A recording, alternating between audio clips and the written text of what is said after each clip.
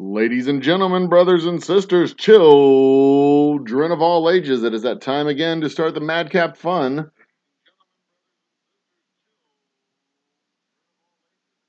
That is my phone putting out audio that it shouldn't be putting out, but I did just guarantee that the audio is working, so we're set. Let's make the countdown happen. And in just about 20 seconds, we will start the Madcap Fun with a word from our sponsors. Cheers to chat. Mrs. Hopkins has joined the party. Cheers to you. Lisa Linney is right on my left ear. I can hear her just fine, and I can see her on one of my monitors, which is great. And now a word from our sponsor. Get your cocktails ready, kids. Let's get going. Is your bar looking a little ordinary? Is it lacking something awesome? Well, head out to your local liquor store and pick up something extraordinary. Grab a bottle of Old Humble Straight Whiskey or Old Humble Special Reserve. They're clean, smooth, easy drinking whiskeys that taste the way whiskey should taste. From humble beginnings to an extraordinary finish, Old Humble whiskeys are what your bar needs today. Walk tall, be awesome, and drink humble. Old Humble Straight Whiskey. And Old Humble Special Reserve. Get yours today. Ladies and gentlemen, brothers and sisters, children of all ages, we're here. Lisa's in the chat. Cheers, Lisa, in chat. Bimbo Barbarella has joined the party, as well as Mrs. Hopkins. I have in my hot little hands papers that were printed out so that we can do trivia like a bunch of frickin' bosses that we are. I'm going to recrop and recenter our window so that it looks beautiful, because the last thing I want is me not looking beautiful. Because that just won't do, right? Let's adjust that there, adjust that there, and make this go there. Boom. Bada boom, boom, boom, boom, boom. There. That's beautiful. Yay. That is, if I do say so myself, absolutely gorgeous. Lisa, are you looking at our monitor, the output monitor of the show? Yes. Well, you are well aware of the fact that I am going to be doing some kind of firework extravaganza at 600 subs, correct? You are aware of this fact, yes? I'm aware that you have crazy ambitions to do Yes. this. You also are aware that I have a fireworks guy that I've been corresponding with about getting rockets that I can launch up into the air and go explodey all over the place, yes? He gives me great concern. Yes. Are you also aware? Well, I'll let you experience it. Why am I being I will let you experience it as it happens. In fact, I'm going to hit the refresh button because I want to see it scroll up there one more time. I want to refresh it. There it is. I want to watch it scroll one more time as it refreshes, because that is just a beautiful sight. Ladies and gentlemen, brothers and sisters, children of all ages, you put me over 600 followers or 600 subscribers. Y'all are the real heroes here. Y'all are the real heroes. See, Lisa was going to send me, I specifically requested her to send me a video. I asked this of you. Oh, like, I'm still doing the video. Oh, it's too damn late now. We're well over 600. No, you have other plans. Oh, yes, I do. Because here's the really cool. I specifically requested that she send a video saying, "Do not subscribe to this channel. He is going to light things on fire. Y'all are encouraging his bad behavior." And before I could even get the video from her, y'all already did it. Y'all pushed me up over 600. And here's the really cool thing. When I was talking to my fireworks guy goes, "I don't have a 600 firework cake, but I do have a 200 and a 400, I think she said 240, 250 firework cake and a 440 firework cake." So here's the deal. As high as this goes by the end of this month is how many fireworks I'm going to shoot off. I don't know how many it's going to be, but it's going to be at least 440, and then I'm going to add cakes of 20 or so to get up to the number of at least 600. Y'all put it up to 650, 700, 800, 1,000. Hey, we get to 1,000, I'm fighting a kangaroo. There's a kangaroo, a whole mess of kangaroos over at the aquarium. I know, it's an aquarium that has kangaroos. I'm going to go there with my membership card and my family and my boxing gloves, and I'm going to specifically request the meanest, nastiest, most annoying kangaroo they have so that I can fight him.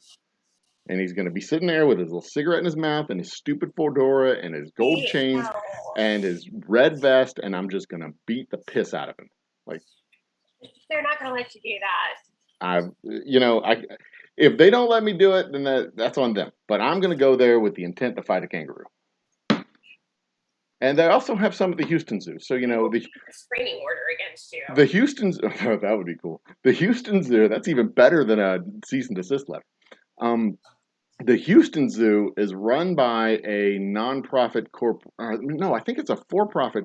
I can't remember if it's a for-profit or a nonprofit. It's like a nonprofit runs the zoo, but a for-profit runs like is like a management company over the nonprofit situation. It's an interesting little setup. So they might be into it. They might be willing to sell tickets and everything. So, fight me a damn kangaroo is what we're going to do. And y'all can help make that happen. Tell your friends. Tell your family. Tell your loved ones. Tell people you hate, especially people you hate. Those are the people that we need on our side. And for the record, it was at $5.99 when I got all this stuff set up. So we've added 2 like today.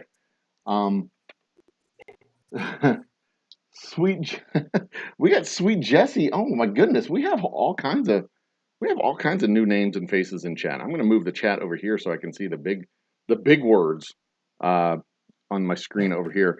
Sweet Jessie, some like it hot. Scott just subbed.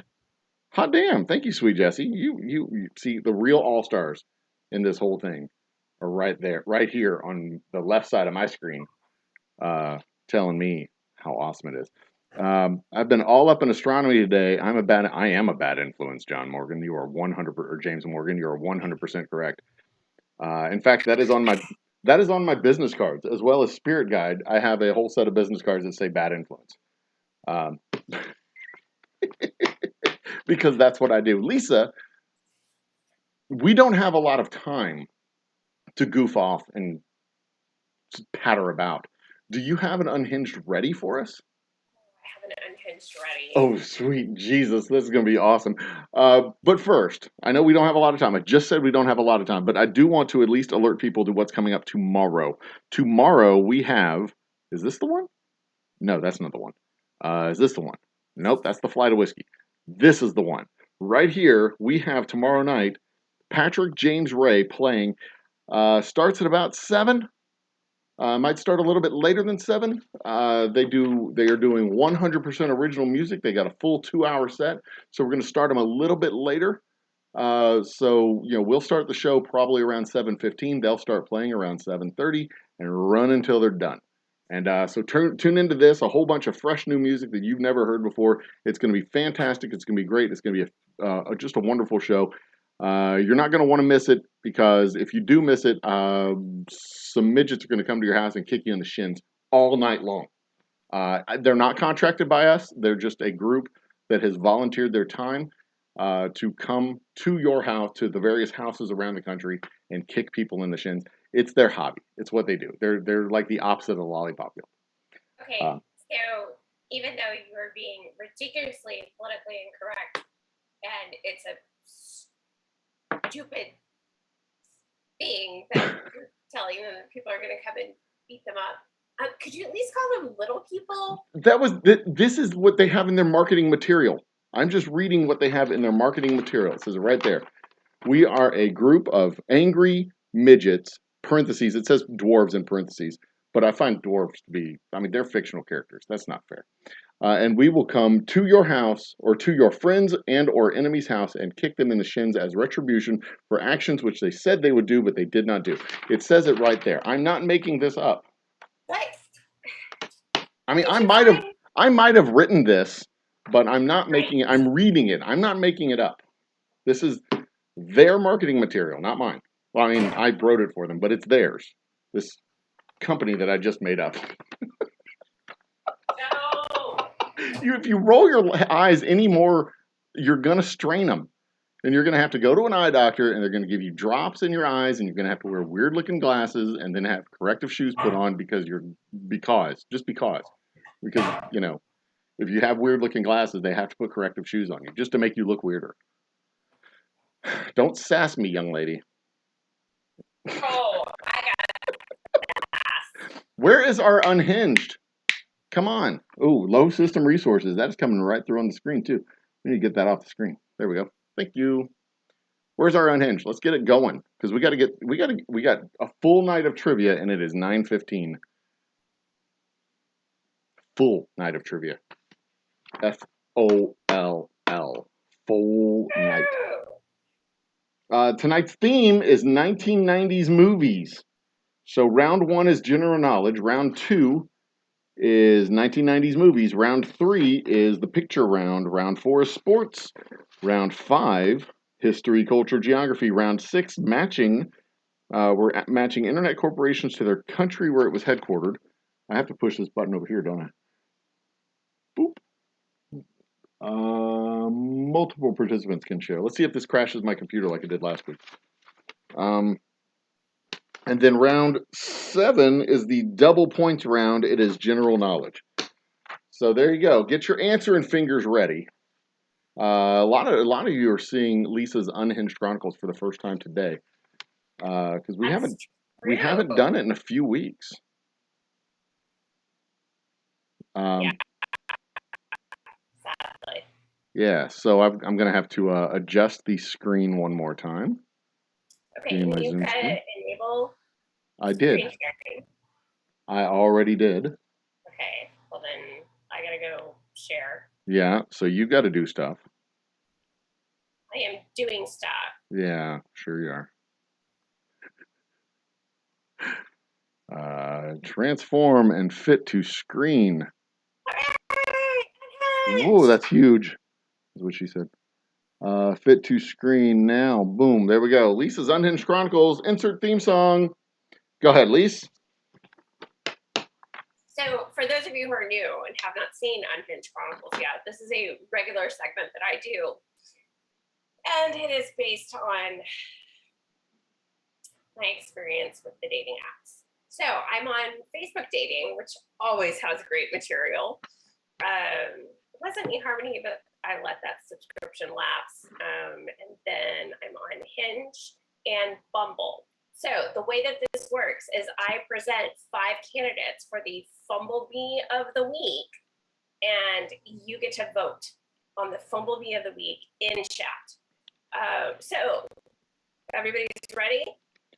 You ready, Joe? I am ready. And just so you understand, guys, Bumble, and what was the other one? Match. So there you go, gentlemen. Hinge, Bumble, and Facebook dating, or what I'm on. There you go, gentlemen. Now you know what to look for. Go out there and put your fishing lures in the water, because she likes fish, especially fish pics. Put fish pics all over your profile, because that'll reel them in. No. Yeah, and just so we're clear, the gentlemen who are candidates for the Fumblebee of the Week, I swiped left on all of those, so there is no date coming up for them. At least not with me. And that is against my wise counsel, because I think it'd be absolutely hilarious. But no. Sorry. So, first one about me. Dinner, laughs, whatever. Not boyfriend material. Fun guy to hang out with in between your serious pursuits. Always a gentleman catering to your needs. Now, this is from Bumble. And if you'll notice down here in the under his basics, it says something casual. Under mine, I think it says marriage or long-term relationship or something akin to that. Like, why are you matching with me? This is like not what I want. So, but at least he's honest. He gets points for being absolutely upfront about what he is looking for. He is definitely forward. Yep. So, Fumblebee candidate number 2. What is it that he wants me to notice in this photo? Oh my lord. That is hard to miss. Right? Look at his pants, folks. Come on, dude. Jesus I mean,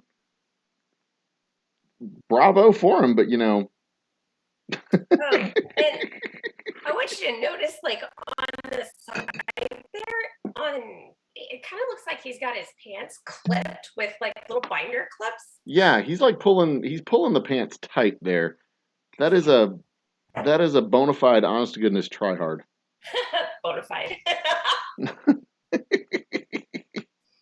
Mm. So earlier tonight, when Jesse says that's a big watch he's got.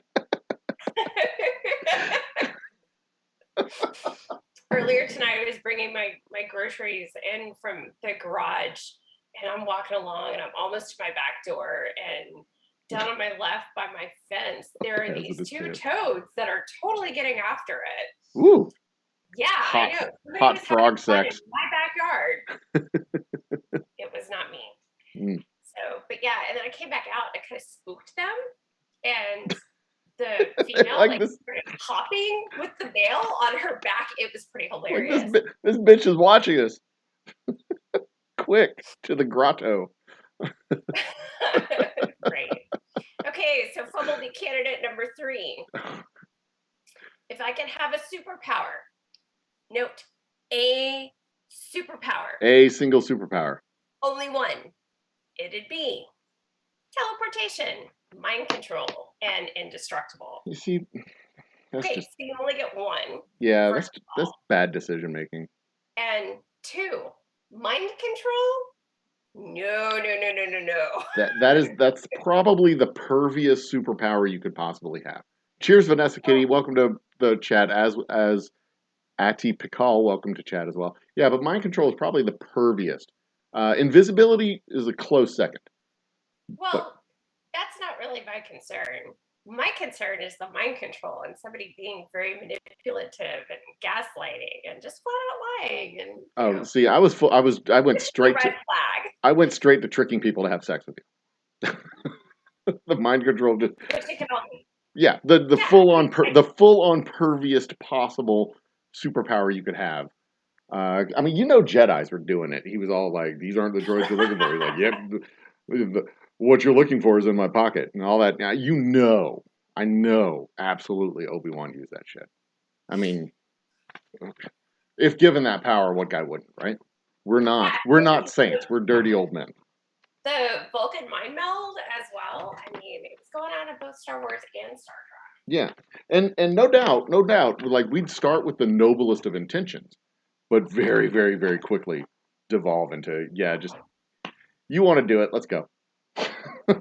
Just probably within weeks is my guess. I think you're delusional in thinking that was for the noblest intention. Oh no, like we'd start with the noblest of intentions. We'd be like, I'm gonna go to Congress and be a lobbyist, and we're gonna make laws happen, and then within not even within weeks, within days, you'd be in Congress, you make all the laws happen, and you'd be like, I'm gonna have sex with everybody here, even you, Mr. Senator.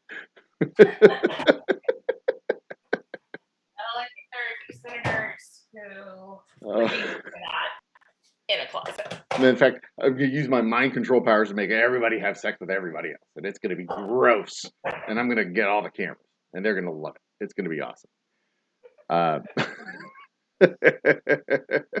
Okay, next guy. I was going to say, you ready for the next candidate? Yeah. But no, wait, go back. One more thing. Indestructible without super strength. Like teleportation and indestructible go together really well. Because if you're trapped under a bunch of boulders, you got to be able to teleport out of there, because otherwise you're just going to be trapped forever. And that'd be a miserable way to just live the rest of your life. You're just trapped under all the buildings, right? But if you can teleport out of there, that's fair. So indestructible and teleportation, those kind of go together. But if you could only have one superpower, then you got to have the superpower to be able to absorb other superpowers. That's it. That's the only superpower you need, just to be able to absorb other people's powers. Good call, Joe. So this guy sucks. Next.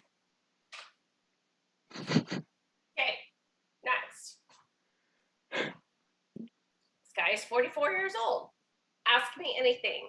A person who loves life and hates those who complicate life and make it difficult, make life easy. So ask me anything, just so long it's an easy question. Yes, so. Don't make my life complicated and hard. No calculus. Don't ask me like where babies come from. No, no, no, no, no. That's a complicated question.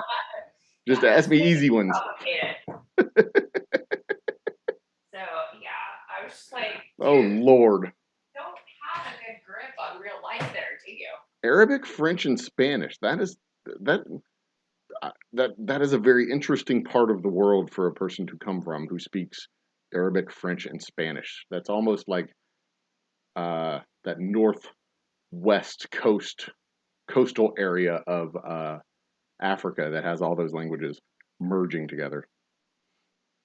So that dude, other than his very complicated "ask me anything" description there, he almost sounds like a very interesting person. But he also looks like he's fun sized because he's only 5'7". Holy crap! Interested in surfing. I mean, There's not a whole lot of surfing. You can be interested in surfing, but never surf. Right. I mean, I'm interested in surfing, but I've never surfed in my life, ever, ever, ever. Oh, Top Shelf Dustin has a very accurate observation. If he's listed as 5'7", he's probably 5'4". Nice. We're gonna have a full house for trivia tonight. This is exciting. Woo, goodness. Okay. All right, so next up. Last candidate for Fumblebee of the Week. Good God. He's got nice hair, even if it is retreating. I might have been able to forgive the hairstyle. Like, the receding hairline is not my issue. It's a nice suit. The hairstyle, where it's like sticking straight up, and then like he's shoved it into like sort of a point in the middle there. Yeah, he's got like a little pyramid on his head. That is something. That is definitely something. So he looks like a guy who can't grow a beard. True. I would agree with that. Yeah, and I mean, I like Star Wars. That's great, but the combination of the hairstyle and the Jedi lightsaber, I was just kind of like, see, what you don't know is that the guy earlier in the tracksuit top had a lightsaber in his pocket. That explains it. A reverse mullet. Sweet Jessie says it's a reverse mullet. That's nice. Okay, so suit with a black shirt. No, see, Top Shelf Dustin doesn't like the suit with the black shirt. I've worn black suits with black shirts before, and I'm not a fan of the Regis Philbin school of fashion. Yeah, see, what people don't realize is when you wear black, it doesn't make you less conspicuous. It makes you much, much more conspicuous. You can't just slide off into the darkness, into the corner of the room. You are quite conspicuous when you are wearing a black suit with a black shirt. So, of course, I also wore white socks with my black shoes because I was a little bit of a rebel, just a slight rebel, not much. Oh, the rebel, that's not a mask. That's my little scribble. And yeah, it is kind of crooked. I did not draw a box for that one. I just took like the marker thing and. He's a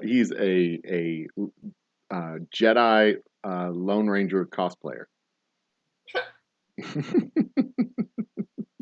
Okay. Is that everybody? So is it time to vote? Everybody. So fun guy or fun guy? Or fun guy? Good God. The second one had the nice pants. And the third one was Mr. One Superpower only. Mm-hmm. Red flag. Mm-hmm. D, make life easy. And E, are Jedi. So please. I've got my vote. Chat by letter. So, and I'll go through them real quick here again. So, A here is fun guy or fun guy. Nice pants is B. C was Mr. One Superpower only, and I felt like, the mind control thing was a big red flag. D, make life easy. And E are Jedi. So. See, Adi Pakal, I assume I'm pronouncing that somewhere in the neighborhood correctly. He goes with B. Vanessa Kitty doesn't like any of them. Bimbo Barbarella's got E. Vanessa Kitty says that they all get to be fumbled. Yeah, they're all trash. He wants to poke at the pants just for fun. I'm curious what's actually in. That is not a dong. I'm thinking that might be one of those detachable penises that you can like put up. It wasn't shaped like a sock. It was definitely tubular. I'm thinking it was of the latex or silicone variety. You can just like put over here on your. Jesse says C, the Mr. One Superpower Mind Control guy. Yeah, that's a. Max One says E, the Jedi. Mm-hmm. We've got a spread here. Nobody's gotten 2 votes yet. Glowing red shirt guy. Oh nope, Vanessa Kitty's got the nice pants, homeboy. Yeah, that is the nice pants guy. Mm-hmm. The red shirt. You see, if that was a real penis, flashlight. I'm just saying, if that was a real penis, it would be more prominent on the other end. You know, that's like it's shaped the wrong way, is what I'm saying. It just seems to me that it's shaped the wrong way. And I can say that with a considerable amount of authority because I do in fact have my own penis, and I have, I'm familiar with its the way it lays inside my suits. Let's put it that way. Yeah. He put a pot lid in his pants. Yeah. He says that it's also bent like kangaroos.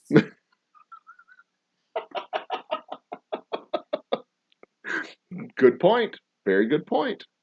Okay. It looks like you put a pot lid. It's a 2-button problem, pants. B or E. Okay, a toilet paper roll, possibly, very possibly. Okay, so I guess we could start. We could have a secondary game at the end of the night of what's in his pants. So be thinking about what that might be. I think we have a winner. It's a hard one. I think B is our winner. Yeah, with all the commentary. The consensus seems to be that it's. I mean, E and C are getting a lot of love from chat, but it looks like most people have picked B, at least. I think as their first choice, with C and E becoming a close second and third. Not that this is exactly a competition you want to win. I don't know. I see Mrs. Hopkins says E. Easy Street says E. Yeah, I'm seeing them. Yeah. James says B or E. Easy Street with Jen going E for the lesser evil. Max One says E. I think E is our winner, even though Bimbo Barbarella says E. Okay. Even though we've had a wider discussion about B and what's in his pants. There's not a lot of love for grown men with Luke Skywalker lightsabers. Wait, it was Luke had the green one. Let me just make something clear. It's not the lightsaber itself. It's everything else. It was the lightsaber and the hairstyle. Yeah. And the black shirt, black suit thing. Yeah. We just golden look. Like it was like a whole one of those I could have overlooked, but all 3 of them in the same photo. I was just like, yeah, it was a bit much. I mean, I don't know. I mean, I'll go with the audience, even if they're wrong. B and C were clear numbers 1 and 2 for me. But if they want to go with E, then that's fine. They can be wrong. I think they've gone with E. They can be wrong. Let's go with E. That's fine. You are the final arbiter as the points keeper. Yes. I think E is our winner. Our Fumblebee of the week. There we go. And of course, the Fumblebee of the week, the fucked up mask, and the Fumblebee of the week gets an all expensive paid date with Lisa. I have him on the phone right now. No. So, but our little, concluding slide tonight here is there are plenty of fish in the sea, but there's also a garbage patch the size of Texas. So be careful out there. Oh, goodness That's my gracious. advice for It's Laurent BT Dubs. That is awful for him to say that you're the size of Texas. You're tiny. You're not that big. Good Lord, that's just rude. I'm scowling.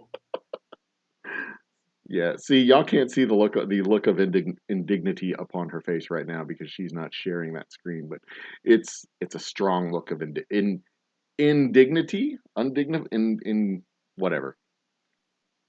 Up, running out of time. What the holy crap? I know. I saw that. How am I? I don't know. That shouldn't be happening. Might be a short show. You guys aren't going to see me bake. All right, so this is what's going to happen real quick. We're going to lose this screen and I'm going to open it back up. So give me probably 30 seconds. Okay. All right, we'll be right back. Greg, freshen up your cocktails. What the hell just happened there?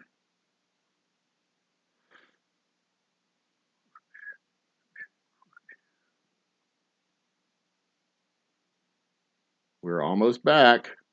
Oh, y'all can still hear me. That's cool. Restream. It's not Restream that's the problem. It is Zoom that's the problem. And I used to use Restream, as a matter of fact.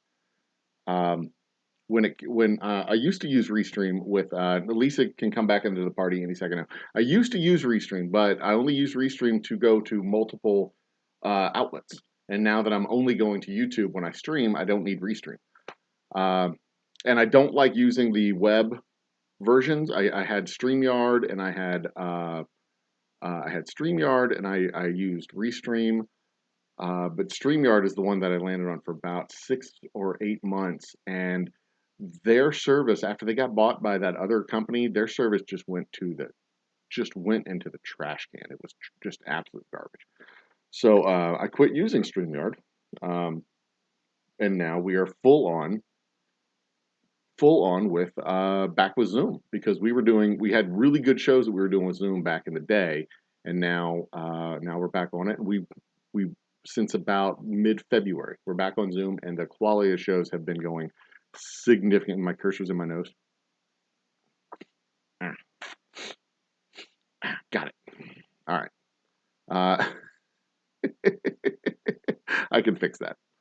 I can fix that. Properties and quit that. Okay, good. That should do it. Yeah, that fixed it. Okay, there we go.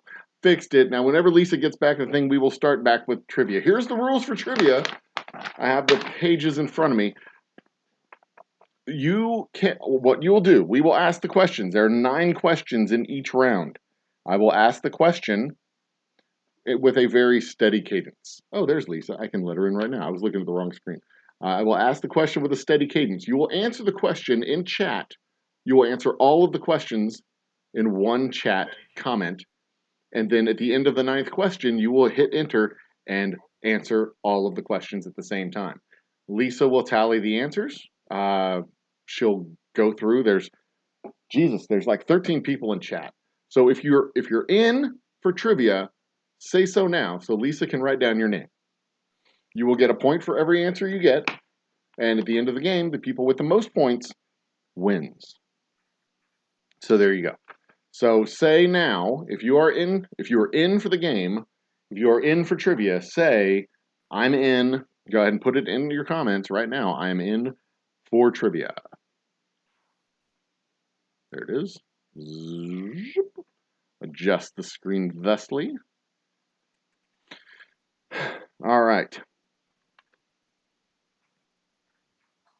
Bimbo is in. Definitely. Bimbo won last week, if I recall. Where's my notepad that tells me who won? That's July. This month is June still, correct? Yes, it's still June. Yeah. Time flies when you're having fun. Yes, Barbarella won last week with Mrs. Hopkins coming in second. And I have written Storms. Storms, that's right. Storms and the Webs or something like that was third place for 5 points. So we're in for trivia. We got Vanessa Kitty. We've got Bimbo Barbarella. We've got Sweet Jessie. Some Like It Hot. Goddamn Bacon. And I think that's everybody. Lisa, are you ready? No, not quite. Hold on. She's just wandering around, doing random things. There we go. I'm going to have a drink. I freshened up my cocktail. Cheers to everybody in interwebs land. Tonight's cocktail is, well, it's not a cocktail. It's a shot of double oak rye right there. Boom. And you can see right there our bronze belt buckle that we got from the Texas Whiskey Festival. And in the next week or so, I should be getting hardware for our straight whiskey, our double oak, and our special reserve from the New York International Spirits Competition. Very excited about that. We're going to the shower with Jen. Ooh, exciting. Very exciting. Remind me, how many rounds are there? Is it 7? 7 rounds, with the 7th round being a double points round. Okie doke. I'm still drawing my score sheet. She's drawing a score sheet, ladies and gentlemen. I think this may be the first time known on record that the show has gone into the shower with somebody. I'm sure we've been in the bathroom with people watching the show on the toilet, but this is the first time it's gone into the shower. I'm excited.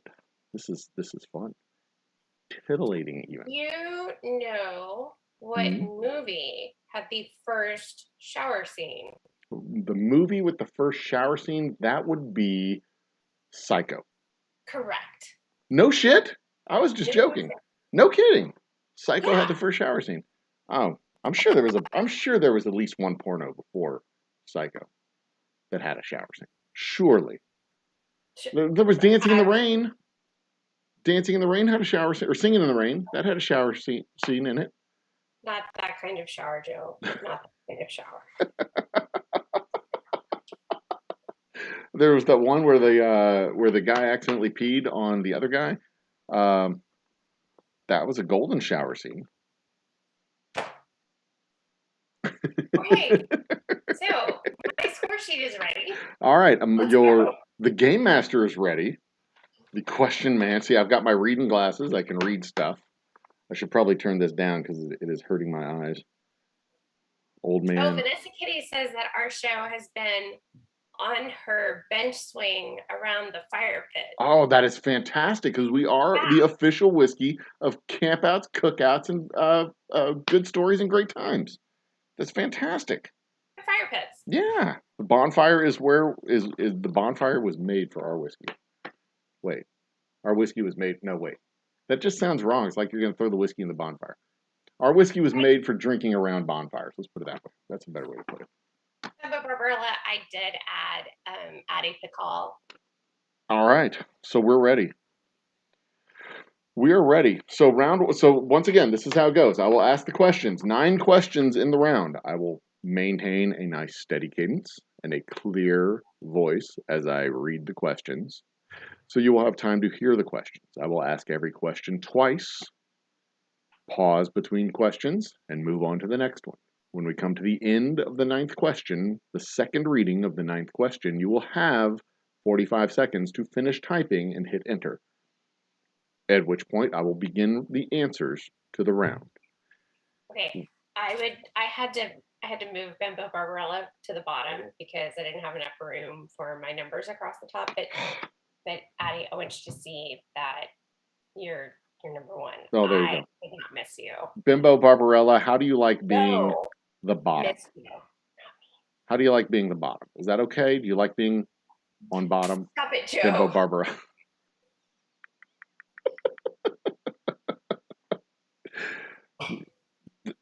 I mean, some people prefer to be tops. Stop. Speaking of which, Swinger Night at the Distillery was a wild success. Everybody left with a smile. And then they went and had pie. It was people from my swing dancing. Yes, Lisa is in a swing club. I am not in a swingers group. I mean, okay. they are a bunch of swingers, but you know. Are we ready? Ladies and gentlemen, brothers and sisters, it is 9:43 and it is time for trivia. Question number 1, round number 1. Let's go. Just and Karma Police are songs by who? Just and Karma Police are songs by who? Question number 2. In what movie would you hear the line, "My name is Indigo Montoya. You killed my father. Prepare to die"?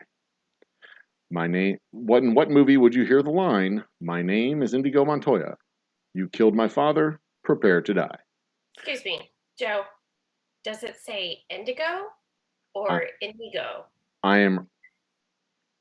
Inigo Montoya? What did I say? You said indigo. No, it is Inigo. Indigo Montoya. Y'all know what I mean. Everybody's seen this fucking movie. I just wanted to make sure. Indigo Montoya was the Muppets version. No, I'm kidding. Actually, I think it was. Question number 3. Which company has the slogan, "You're in good hands"? Which company has the slogan, "You're in good hands"? Number 4. How many books were in the original Harry Potter series written by J.K. Rowling? How many books were in the original Harry Potter series written by J.K. Rowling? Question number 5. What is the title of the Netflix series about a woman in her 30s who is sentenced to 15 months in prison after she is convicted of a decade-old crime of transporting money for her drug-dealing girlfriend? Holy shit, that's a long question. What is the title of the Netflix series about a woman in her 30s who is sentenced to 15 months in prison after she is convicted of a decade-old crime of transporting money for her drug-dealing boyfriend? Question number 6. Who does Alice follow down the rabbit hole? Who does Alice follow down the rabbit hole? Question number 7. Which word represents the letter W in the NATO phonetic alphabet? Which word represents the letter W in the NATO phonetic alphabet? Number 8. What type of cell does sickle cell anemia affect? What type of cell does sickle cell anemia affect? And finally, question number 9.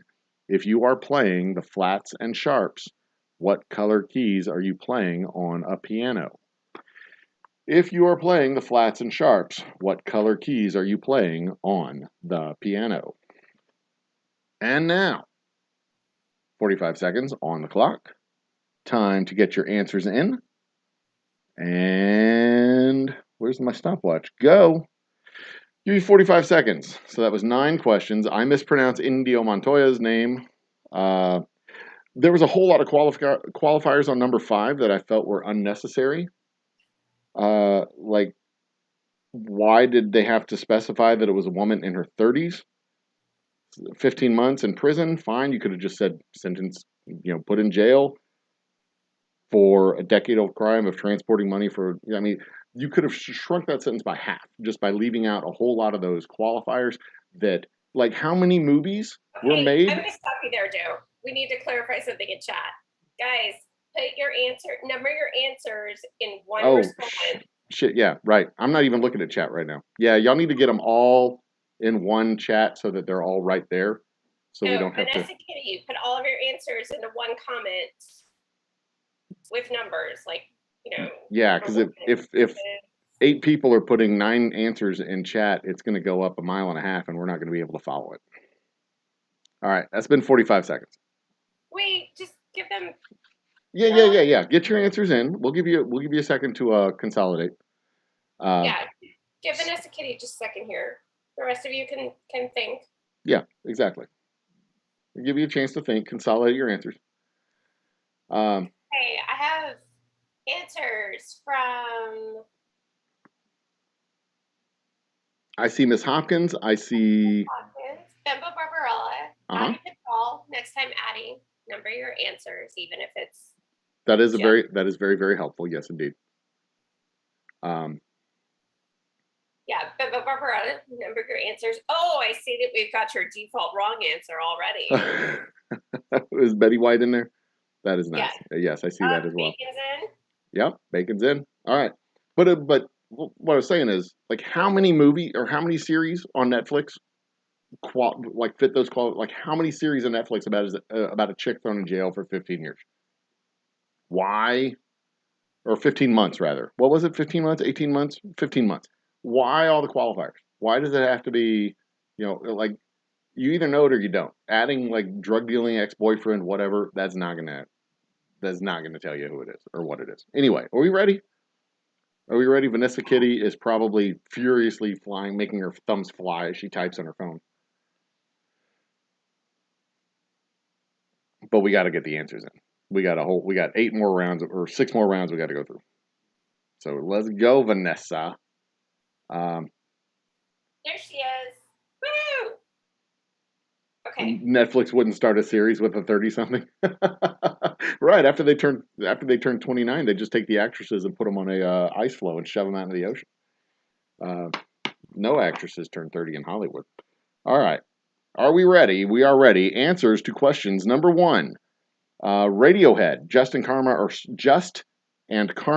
are songs by Radiohead. Number 2, we've got The Princess Bride. Like everybody should know that one. If you don't know that, oh no, Goddamn Bacon did not know that one. Really interesting answers there. Yeah, Goddamn Bacon did not know that one. Vanessa Kitty skipped it.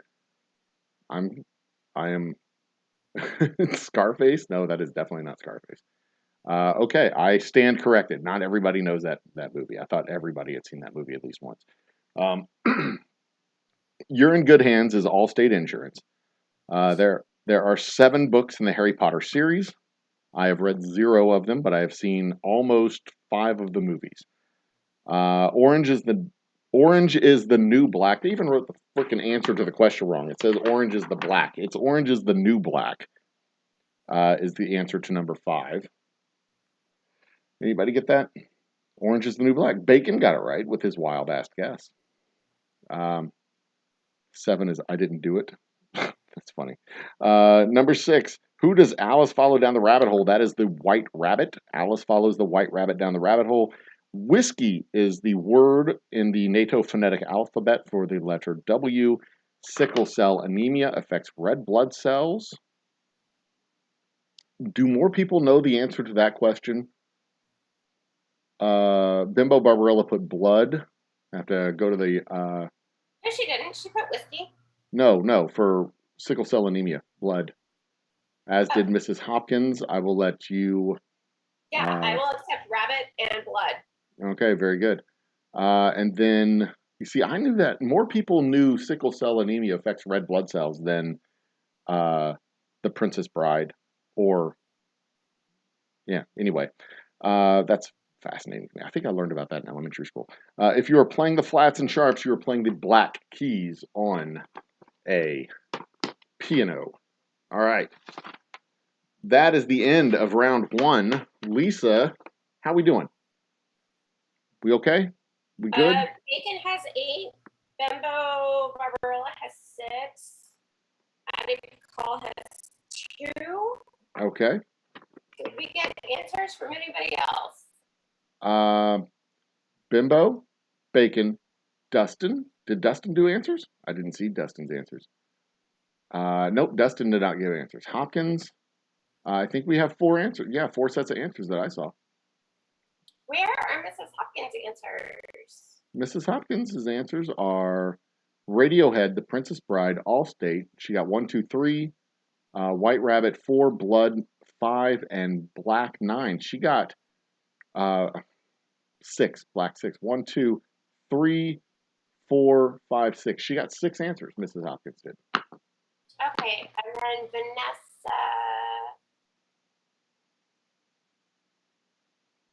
Vanessa Kitty. 1, 2, 3. Okay, so I have Addie Pickall with 2, Bacon with 8, Vanessa with 3, Mrs. Hopkins with 6, and Bimbo with 6. Fantastic.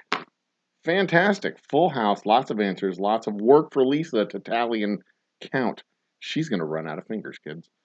Round two, 1990s movies. This is our theme round. What are you drinking, Lisa? It is a Shiner Vice and Easy Raspberry. Ooh, that's Now, almost a beer. it's a beer. Cool. A Yes. raspberry pill. Oh, nice. Very, very nice. That sounds like it would be So delightfully refreshing in the summer heat. yeah, it is. But the regular Vice and Easy is distilled with herbs brewed with Okay. We're gonna stop. Your audio is digitizing. We'll come back to this in a minute. Round two, 1990s movies. There you go. You're better. 1990s movies. Round two. We're set. The characters Jim, Oz, Finch, and Kevin all starred in what 1990s comedy? The characters Jim, Oz, Finch, and Kevin all starred in what 1990s comedy? Which three action-adventure movies from the 1990s star the most famous or the famous character Jack Ryan? 1 point for each answer.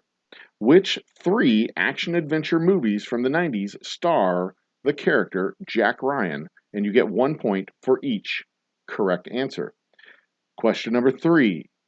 Which actor played James Bond in the 1995 movie GoldenEye?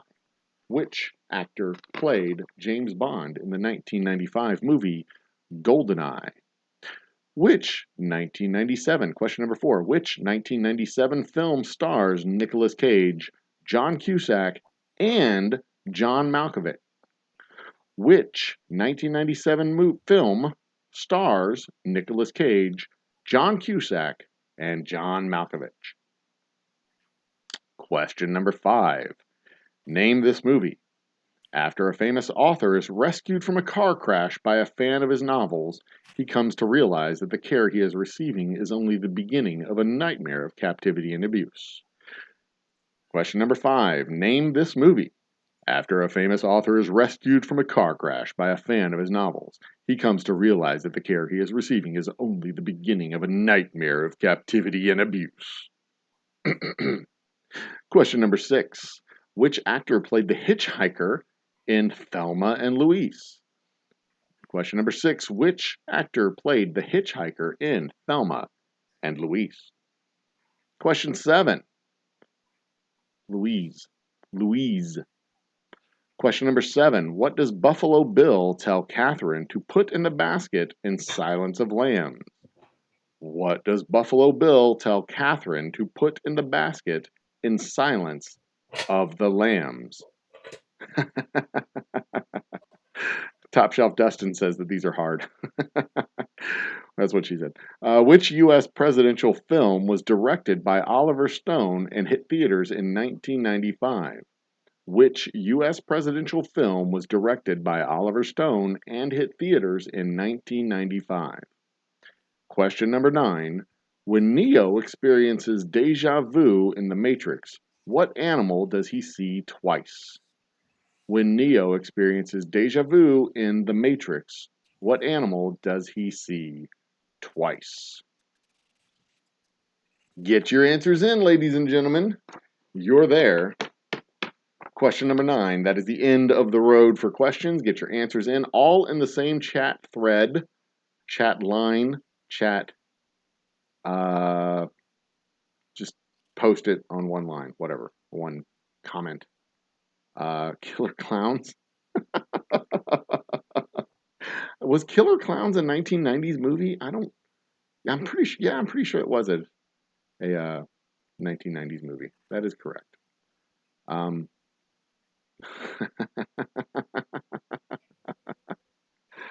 The lady who smashes his ankles. That is what happens in that movie. Yes, Vanessa, that is accurate. That is what happens in that movie. I got 1, 2, 3, 4, 5, 6, 7, 8, 9. I got 10. 1, 2, 3, 4. 1, 2, 3, 4, 5, 6, 7, 8, 9, 10. I got 11. I swept it. I got all these correct. I knew the answer to all of these. I don't know if I would have answered them correctly if I had to put the answers down, but I knew the answers to all of these questions.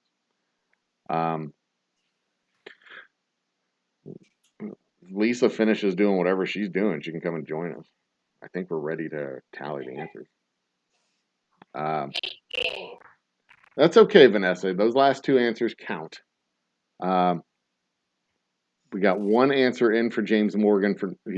He answered number 2. That's it. So Vanessa Kitty. Okay, I'm looking at the answers. I should read the answers now. We are fully answered, fully tallied, fully ready to go. Answers to questions, starting with number 1.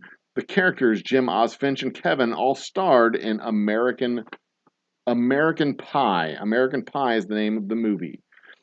Jack Ryan was in 3 action-adventure movies in the 90s. They were Hunt for Red October, Patriot Games, and Clear and Present Danger. One of them was Harrison Ford. Then Jack Ryan became a different actor. Which actor played James Bond in the 1990s? It was Sean Connery and Hunt for Red October. Sean Connery was not Jack Ryan. Sean Connery was not Jack Ryan. Alec Baldwin. Who was Jack Ryan in Hunt for Red October. That is correct. And then Harrison Ford took over the role. Harrison Ford was in Clear and Present Danger and Patriot Games, right? So I had it backwards. Which actor played James Bond in the 1995 movie Goldeneye? That was Pierce Brosnan. The 1997 movie starring Nicolas Cage, John Cusack, and John Malkovich was Con Air.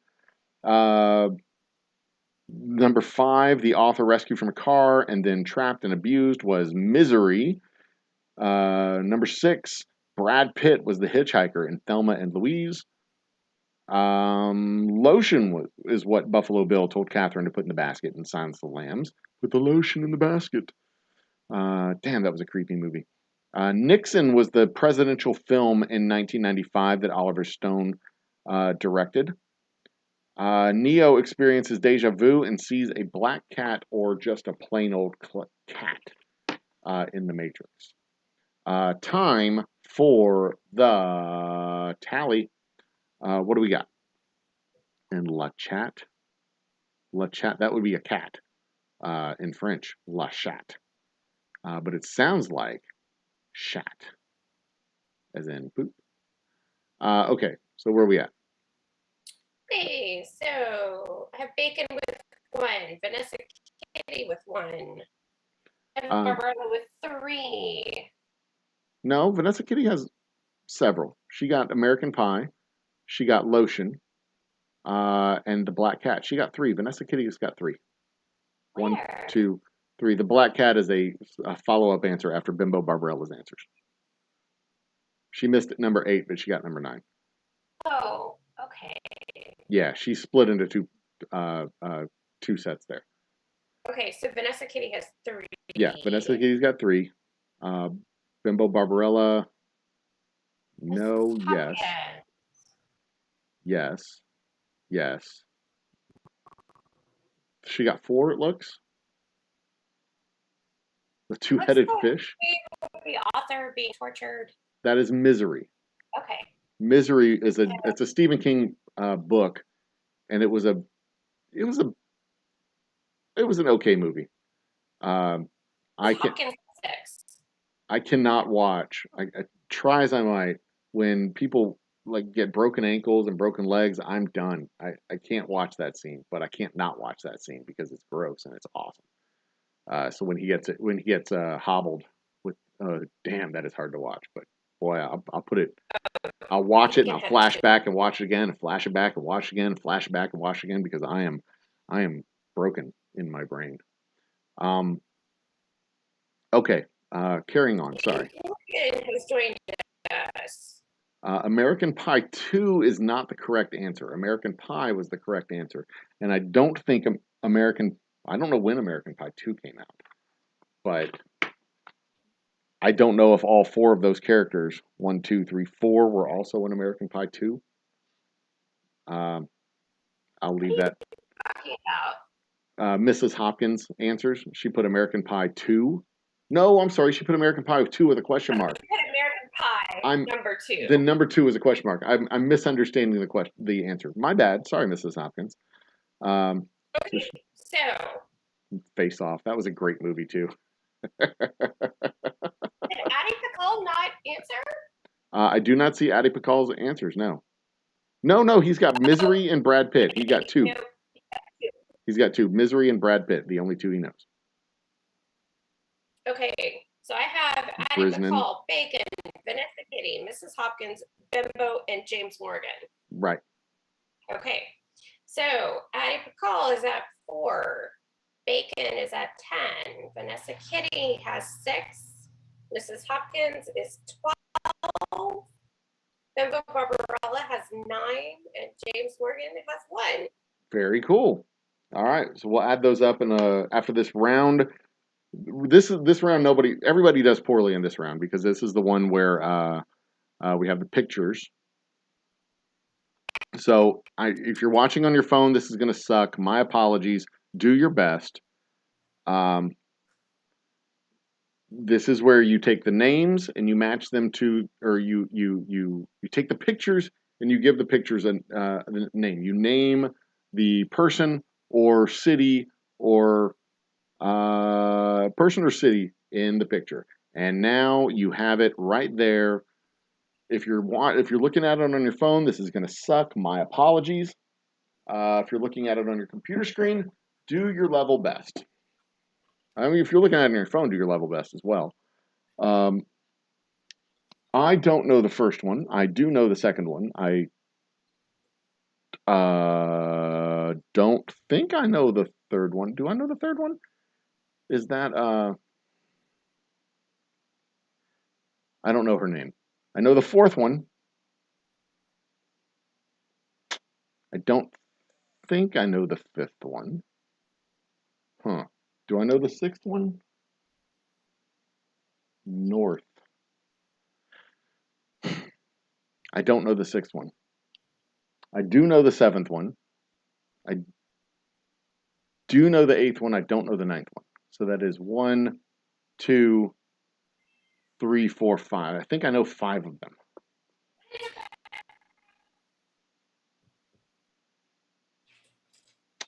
I am correct. I know 5 of them. All right. Put your answers in your chat box. Type away. Separate them by commas. Number them if you can. We will do another, another 2 minutes. Give you 2 more minutes to get your answers in. If you know them, you know them. If you don't know them, you don't know them. No amount of staring at these people is going to get you to know who they are. You're just going to have to. If you can guess, they're not Betty White, but you can put Betty White. They're not all. I want to say a name, but I don't want to say one of the names of the people up there, and I can't think of any other names right now. They're not all Akeem Olajuwon, but you can put Akeem Olajuwon. There's shorter names, like Ed Oliver. You put Ed Oliver. That's a shorter name. Or you just put question marks, or just nothing. That's fair. You could also put nothing. And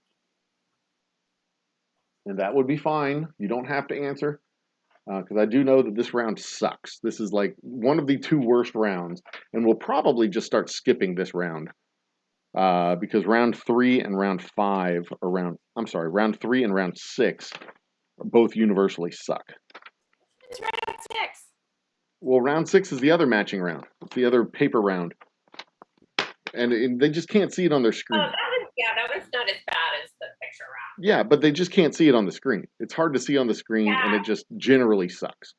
So I don't have high hopes for this, and we could trim out like 15 minutes of the movie or of the TV of the stream.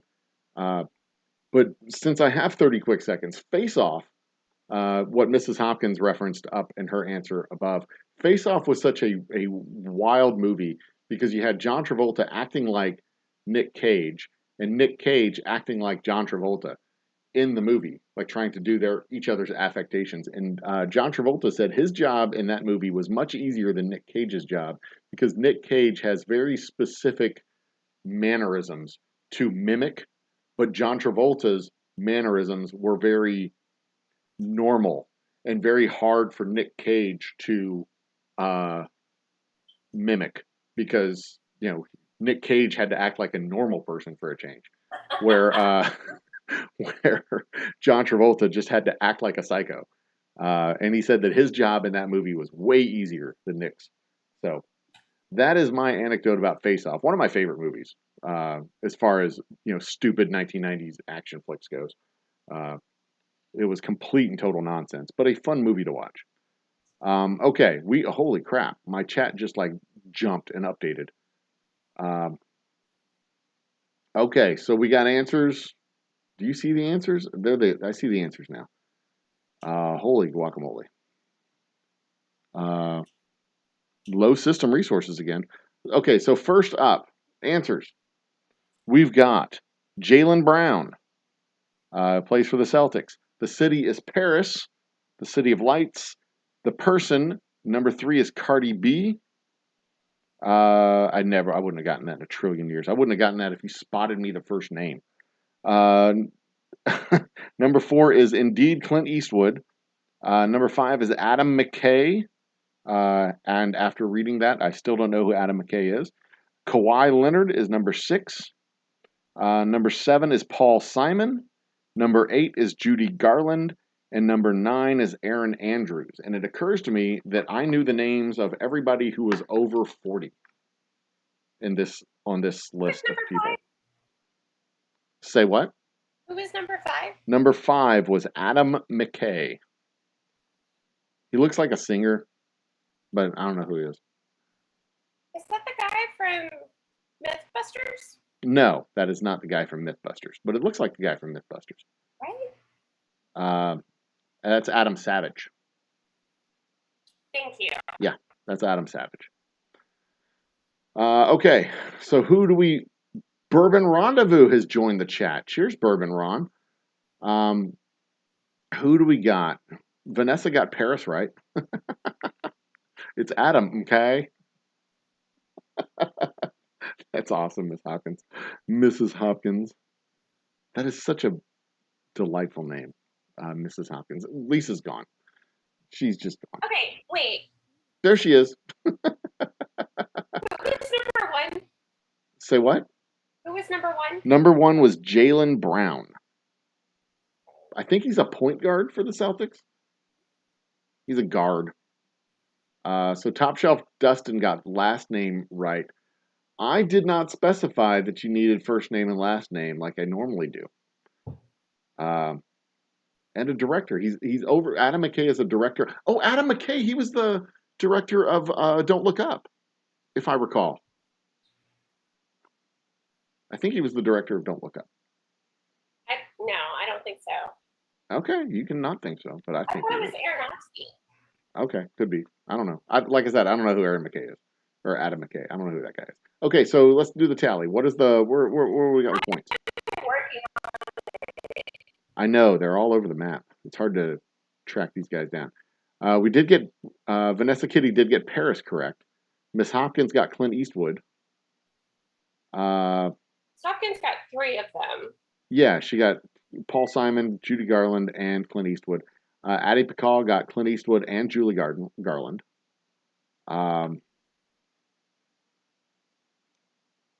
What else?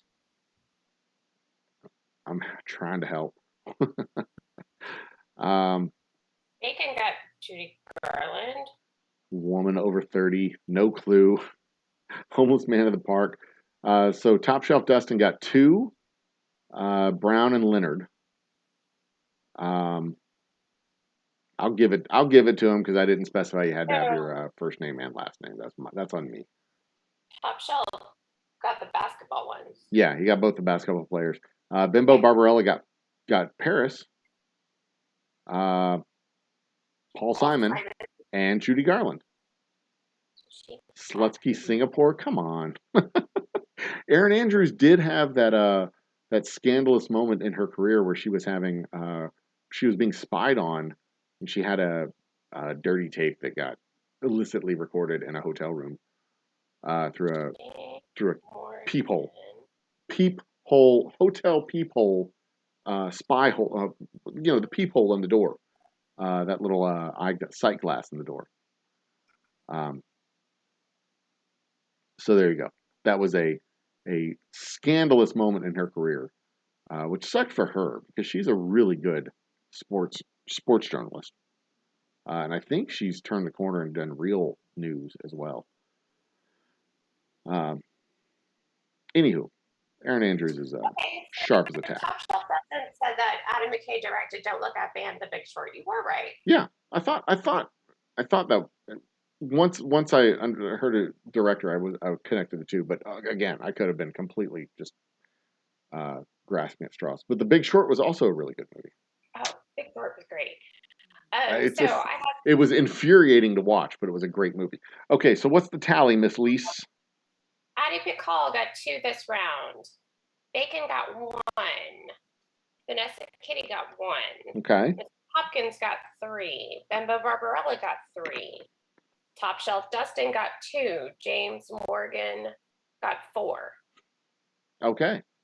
Excellent. Does anybody dispute that? I'm tempted to take a point away from Top Shelf Dustin simply because he answered Paris wrong after we gave the answer to Paris. Oh, no, wait, that's the middle name, Jalen Marcellus Brown. I was thinking, I thought he answered Marseille for the second one. Like, no, it's not Marseille, it's Paris. We've already said Paris. And then, like, what's Brown? Like, the third one couldn't possibly be Brown. That's, unless Brown is Cardi B's last name. That's what the B stands for. Anyway. Okay. So Addie Pickall has a total of 6. Bacon's got 11. Vanessa Kitty has 7. Mrs. Hopkins has 15. Bembo Barbarella has 12. Top Shelf Dustin has 2, and James Morgan has 5. Well, this is an exciting game. And everything is within reach because last round is double the points, and we still have like 5 rounds to go. Do we have 5 rounds? 4, 5, 6, and 7. What is that? 4, 5, 6, and 7. That's like 12 more rounds. Whew, goodness. All right, strap in, kids. Let's go. Round 4, sports. I foresee 3 people having very good answers in this round and everybody else not. Round 4, sports. They start with the NHL. That's not a sport. What NHL team won the Stanley Cup 4 straight years in 1980, 1981, 1982, and 1983? Which NHL team won the Stanley Cup 4 years in a row, 1980, 1981, 1982, and 1983? Question 2. The term Hail Mary in football was popularized by a player in 1975 from what NFL team? The term Hail Mary in football was popularized in 1975 by a player from what team? Question number 3. Kevin Federline, Britney Spears' ex-husband, had several matches in what sport? Mixed martial arts, boxing, or wrestling? Kevin Federline, Britney Spears' ex-husband, had several matches in what sport? Mixed martial arts, boxing, or wrestling? Question number 4. What is the height and width of an NHL net? 1 point for each. Height and width. What is the height and width of an NHL net? You get 1 point for each, both height and width. Question number 5. What is the maximum number of clubs a PGA golfer is allowed in their bag for a round of golf? What is the maximum number of clubs a PGA golfer is allowed in their bag for a round of golf? Question number 6. What team holds the NBA regular season record for the most wins? What team holds the NBA regular season record for the most wins? Question number 7. In which Olympic swimming races do competitors start in the water? In which Olympic swimming races do competitors start in the water? Question number 8. How many balls are used in a game of 8-ball, including the cue ball? How many balls are used in a game of 8-ball, including the cue ball? Question number 9. What is the first name of Magic Johnson? What is the first name of Magic Johnson. Spoiler, it's not Magic or Merlin or David Copperfield. David Copperfield or David Blaine. There's a lot of magicians that is not the first name of Magic Johnson. Oddly enough, it is Harry Potter. That is incorrect. It is not Harry Potter. Do not answer Harry Potter to the last one, or I will kick you out of the game.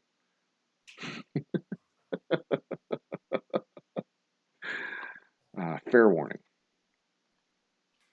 We are at 6:02 now, Lisa. Wow. 6:02. What are you cooking? What are you mixing? What are you making back there?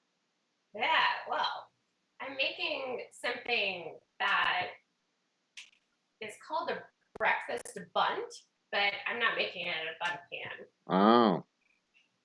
But it is this, it's kind of like a monkey bread. Okay. What was the last question? Hang on, I got to repeat the last question. The first name of Magic Johnson. What is the first name of Magic Johnson? Anyway, carry on. So it is eggs and refrigerated biscuit dough and cheese, shredded cheese. Got some nice Okay. here. Cool. Bacon. All right. Bacon. Mm-hmm. And some pico de gallo. How about that? And then I will serve it with guacamole and sour cream. See, I'm a big fan of breakfast butts. Ladies.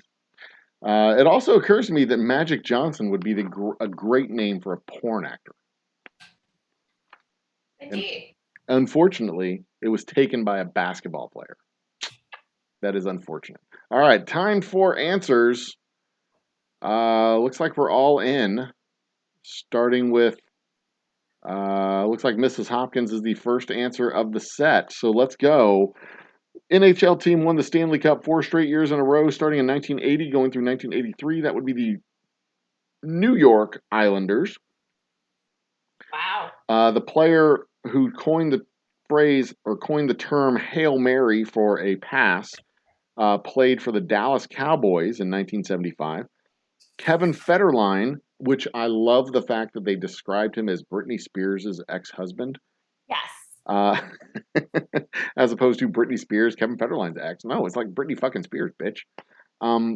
Britney Spears' ex-husband, Kevin Federline, had several matches in wrestling. The height and width of an NHL net is 4 feet by 6 feet.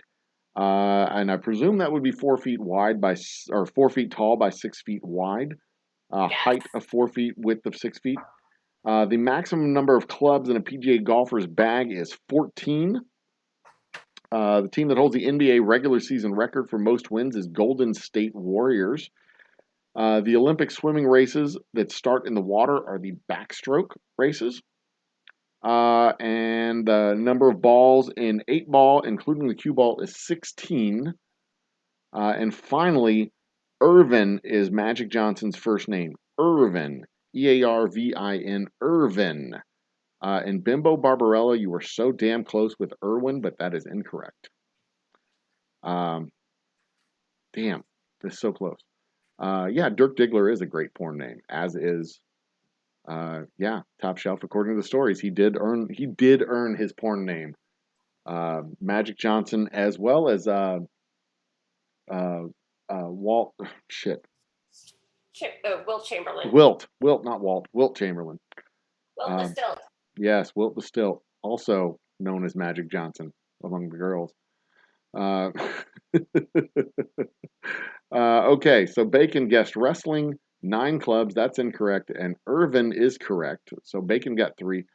Miss Hopkins missed number 3. Bacon got 1, 2, 3 answers correct. 2. Wrestling and Irvin. Number 1, Boston is incorrect. Bruins. Boston hockey team Bruins. New York Giants wrong. MMA is wrong. 4 by 6. She got 2 points. 18 is incorrect. I'm sorry. That's Kitty's other point besides the 4x6. 4x6. That's the only point. I was reading it wrong. 4x6 is that's 2 points. She gets 1 point for each, 4 and 6. Thank you. Lakers is incorrect. Triathlon is incorrect. 16 is correct. 9 is blank. So she got 3. 1, 2, 3. She got 3 points there. Oh, Vanessa Kitty got 3. Yep.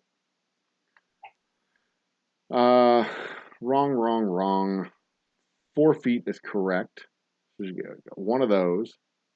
11 Bulls. Backstroke is correct. 14 Dwayne. James Morgan got 2.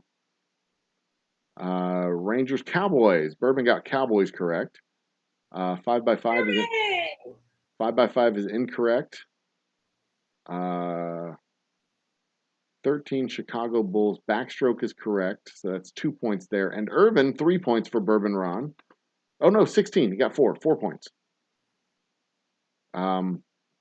So Bourbon Rendezvous got 4 points on this round. Ontario, OJ, Buffalo Bills. Wrong. Wrestling. Addie Patel got wrestling correct. 4x8 is incorrect, but 4 is correct. So you got 1 point there. 66 Knicks. Relay incorrect. 139 or 13 Gomez. Okay, so Addie Pakal got 2 correct. Islanders is correct. Cowboys is correct for Top Shelf. That's 2, 3 with Dustin or with wrestling. 9 Golden State Warriors. That's correct. 16 is correct. Irvin is correct. Top Shelf Dustin rolling in 6 answers correct. Bravo. No. 4x5. That's 1 for Bimbo Barbarella. There. 7 Bulls. Breaststroke incorrect. 15 incorrect. Irwin incorrect. So Bimbo Barbarella got 1 point in this round. So there we go. We good? Did Mrs. Hopkins post any answers? Oh, just Mrs. Hopkins, I think, was up there at the top. Yeah. She got 3. Mixed martial arts, which was wrong. Right. Yeah, mixed martial arts. She got 1. She answered 1. Okay, so I got 2 in this round. Bacon got 2 in this round. Vanessa Kitty got 3 in this round. Mrs. Hopkins got 0. Bimbo Barbarella got 1. Top Shelf Dustin got 6. That was exhausting. James Morgan got 2, and Bourbon got 4. All right. So Addie Paul has 8. Bacon has 13. Vanessa Kitty has 10. Mrs. Hopkins has 15. Bimbo Barbarella has 13. Top Shelf Dustin has 8. James Morgan has 7. Bourbon Ron has 4. All right. And the title is well within reach because the top 3 people get points, get boozy bucks. The top 3 winners get prizes, and we have 1, 2, 3 rounds left, with the 3rd round being double the points. So let's get at it. Round number 5, history, culture, and geography. Question number 1, the Bonneville Salt Flats are a remnant of Lake Bonneville, which covered the western third of what state some 15,000 years ago? The Bonneville Salt Flats are a remnant of Lake Bonneville, which covered the western third of what state with water 15,000 years ago?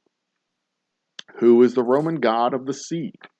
Who is the Roman god of the sea? Bimbo Barbarella, I will explain what Boozy Bucks is at the end of the round. Who is the Roman god of the sea? That is question number 2. Question number 3. What are the native people of Australia called? What are the native people of Australia called? I know at least one that's called Jack. The famous landmark in London, which is a large Ferris wheel, is called what? Jesus Christ, could they phrase these questions any worse? The famous landmark in London, which is a large Ferris wheel, is called what? What politician reported seeing a UFO in 1969? What politician reported seeing a UFO in 1969? Question number 6. Who directed The Passion of the Christ? Who directed the Passion of the Christ? Question number 7. What type of raw fish is used to make gravlax? Gravlax, gravlax.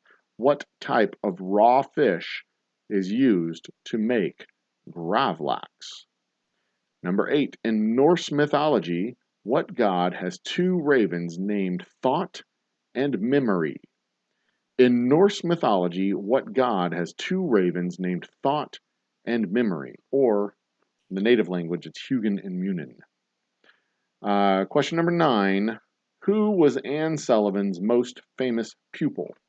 Who was Anne Sullivan's most famous pupil? All right, that is the end of round 5's questions. If you need a question repeated, put it in comments. I'll repeat the question for you. You've got 2 minutes to finish your answers. Put them all in the same chat comment and hit enter so we'll have them all in one place. Boozy Bucks are basically store credit at the Old Humble Distilling Company store. You can swap them out for merchandise, including the shipping charge. So basically a hat is $20 plus $10 for shipping, or $5 for shipping. I'm not sure what the shipping price is. So $25, you can swap out 25 Boozy Bucks and get a free hat. If you want actual whiskey, contact me directly and we will see what we can swap out as far as the whiskey goes. Depends on where you're at. Usually shipping costs is $10, but it also depends on the inventory that we personally have available, because we either have to buy it from the distillery or from the stores and ship it to you personally. Or you can use 10 Boozy Bucks and swap it out for a spot on the Wheel of Doom and Fortune. I'm sorry, it can't be the Wheel of Doom and Fortune. It's the Wheel of Doom and Glory that we will be spinning again in September. There's not Doom on that wheel, though. It's all Doom. It's mostly Doom. Only one person gets glory. And when we spin the wheel, last time we spun the wheel, we got a sample flight of whiskey that we sent to Shark Home Brewing. Should be arriving with Shark Home Brewing any day now. Let me move this. Well, not that. Let me move this. This? Yeah, let's move this over here. There it is. So I can just go, what? There it is. So yeah, we sent this sample flight of whiskey with a cigar to Shark Home Brewing. They should be receiving it any day now. Probably early next week, if I had to guess. But that's what we did in the beginning of June. We'll do it again at the beginning of September. We'll spin the Wheel of Doom and Glory, and somebody will get something, a sample flight of whiskey, maybe a bottle. I don't know. I don't know what we're going to give away in September. We'll find out. I'll find out in August when I know better of what it is that we're giving away. Probably be another sample flight, because I like being able to. I like giving people the sample of everything that we have, and I might have more stuff by the time September rolls around. So let's look at the answers, Lisa. It's time to have your answers in. If you don't have them in now, you may forever hold your pee. We have Bimbo Barbarella, Mrs. Hopkins, Vanessa Kitty, Goddamn Bacon. What was question number 4? Sorry, Top Shelf Dustin. Question number 4 was the famous landmark in London, which is a large Ferris wheel, is called what? The famous Ferris wheel in London. It's just unfortunately phrased. Okay. Lisa's not interested anymore. She's done. She's checked out. Okay, so answer to number 1 is Utah. Utah is the answer to number 1. The answer to number 2, the Bonneville Salt Flats are in Utah. The Roman god of the sea is Neptune. The Roman god of the sea is Neptune. The native people of Australia are called either Aborigines, Aborigines,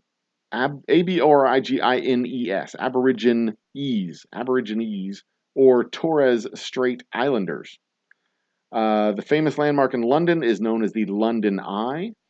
The politician who saw a UFO in 1969, allegedly, was Jimmy Carter. The person who directed The Passion of the Christ was Mel Gibson. Type of raw fish used to make gravlax is salmon. In Norse mythology, what god has 2 ravens named Thought and Memory, or Hugin and Munin? That is Odin. Also, the name of my parakeet is named Hugin, which is why I know the Norse names for the birds. I had another one that was named Munin, and she smacked herself into a window and died. Stupid bird. And Anne Sullivan's most famous pupil was Helen Keller. Bet you didn't see that one coming. Spoiler alert, neither did Helen Keller. Because she was blind. Also dead.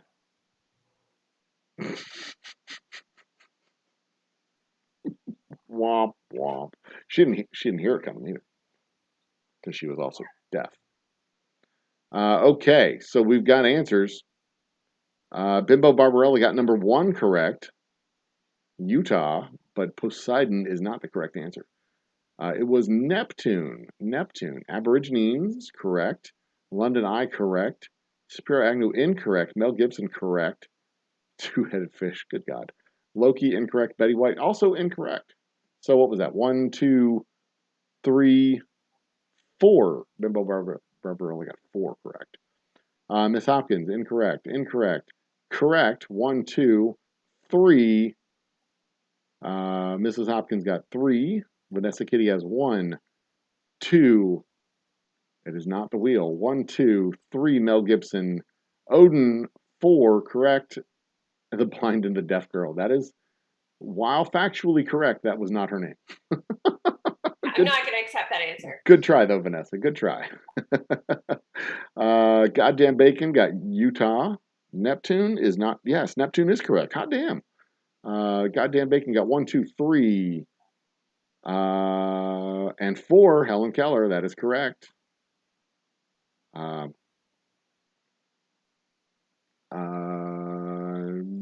Bourbon Ron, Utah. Yes. Aborigines. Yes. London Eye. Yes. That's 3. Not Kennedy. Yes. Gibson. 4. Felch. Jesus Christ.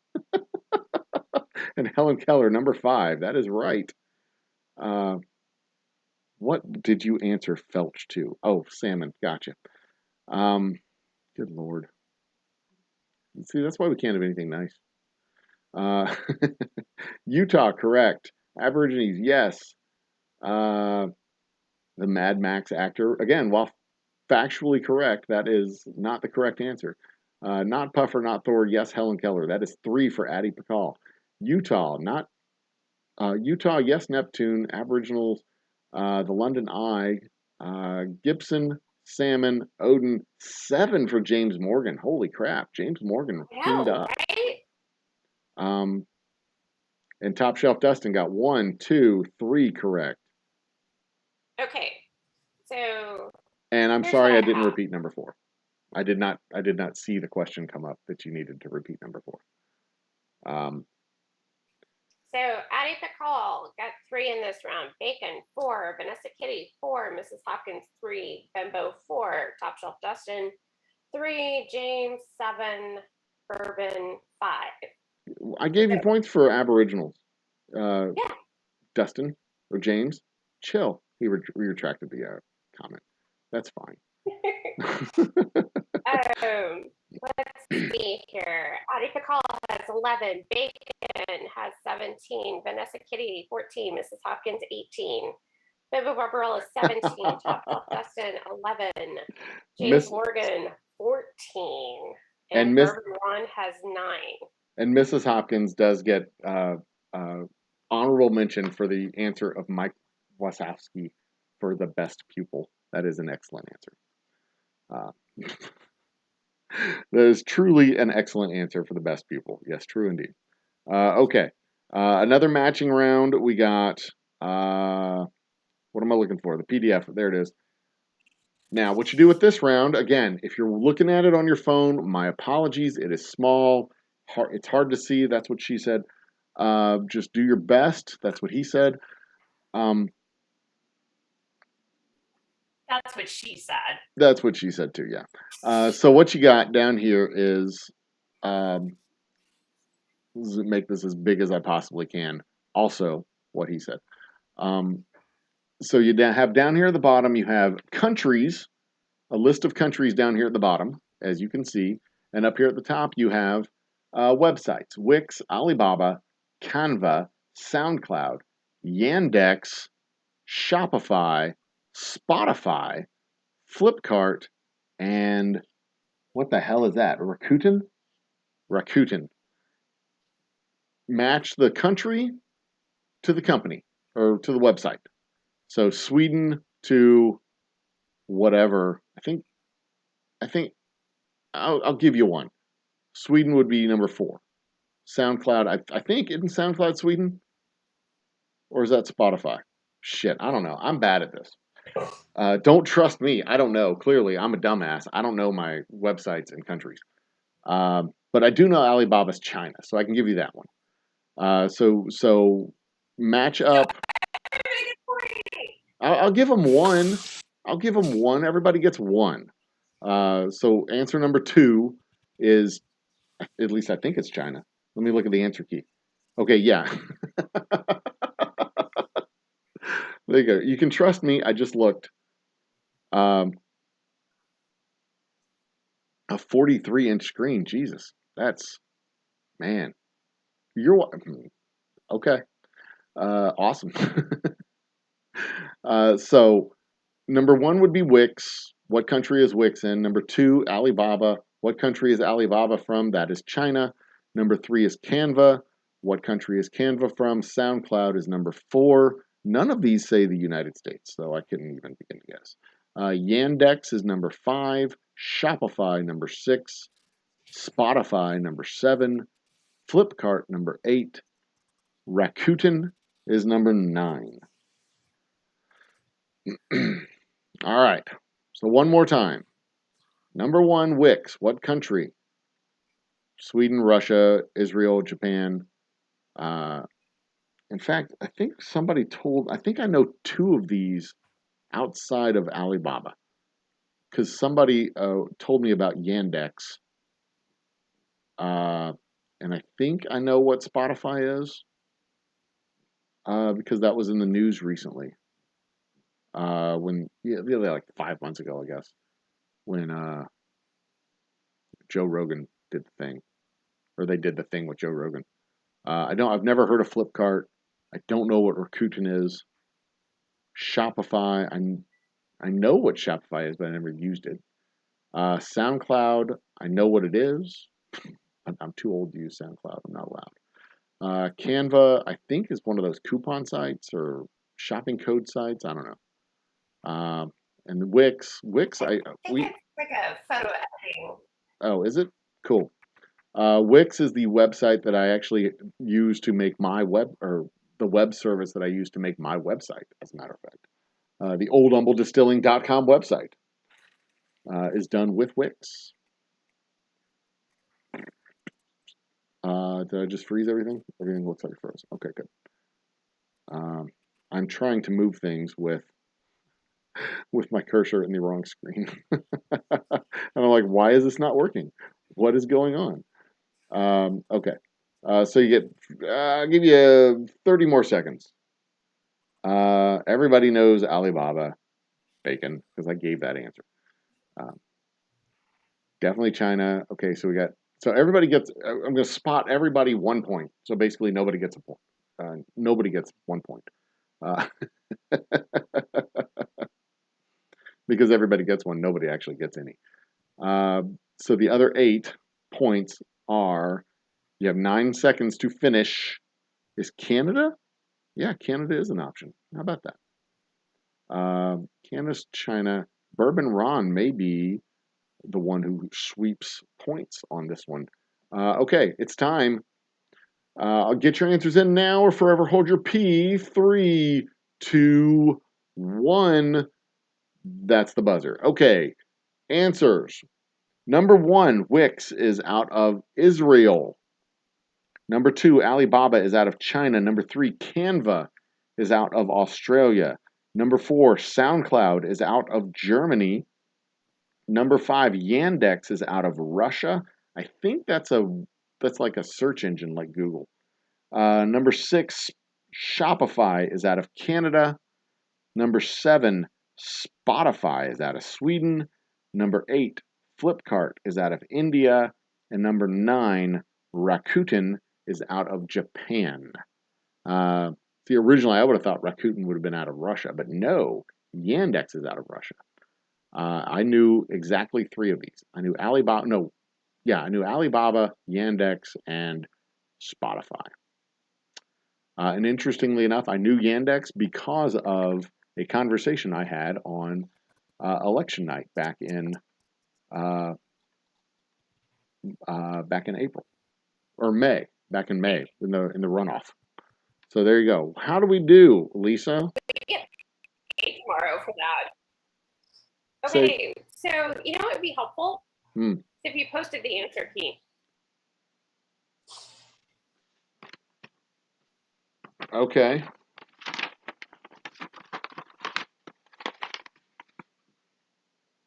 There it is. Not as helpful as you think, is it? Okay, so Easy Street with Jen got China. Mrs. Hopkins got China, and number 5 was incorrect. So 2 got China. Alibaba is Chinese. Goddamn bacon, didn't know anybody else. Bimbo Barbarella. Sweden, Germany, Australia, China. Sweden, Germany. None of those are correct. Not even China is in the right spot. Like China would have been the second one. None of those are in the right spot, Barbarella. Russia, going backwards, Russia, Canada, India. Number your answers. Say again? Said this is why you should number your answers. Yeah, exactly. She only has 9 or 8 responses. Canada. So Bourbon Ron does not get Canada correct. Did get China correct. Does not get Japan. Sweden number 4 is incorrect. Israel number 5 is incorrect. 6 Australia is incorrect. Germany is incorrect. Russia is incorrect, as is India. I was wrong. Ron did not clean up. Addie Pakal got 1, 2. 2 correct. Not 3, not 4. 5 Russia. Yes, Russia. 6 Canada, correct. Not Australia, not Japan, not India. So 1, 2. Addie Pakal got 3. 3. Yeah, Addie got 3. This is like the hardest. This round sucks. I hate this round. Top Shelf Dustin. Israel, yes. China, yes. Australia, yes. Oh, yeah, baby. SoundCloud, incorrect. Number 4 is wrong. 5, Russia, is correct. India is wrong. Germany and Japan. Wait a minute. Germany, you skipped 8. Okay, so yeah, you got Japan right. So how many is that for Dustin? 1, 2, 5. 3. I count 4. I count 4. 1 Israel, 2 China. Nope, 3 Australia. Got 3. 1, 2, 3, 4, 5. 5 right. Yes, correct. James Morgan got China. 1.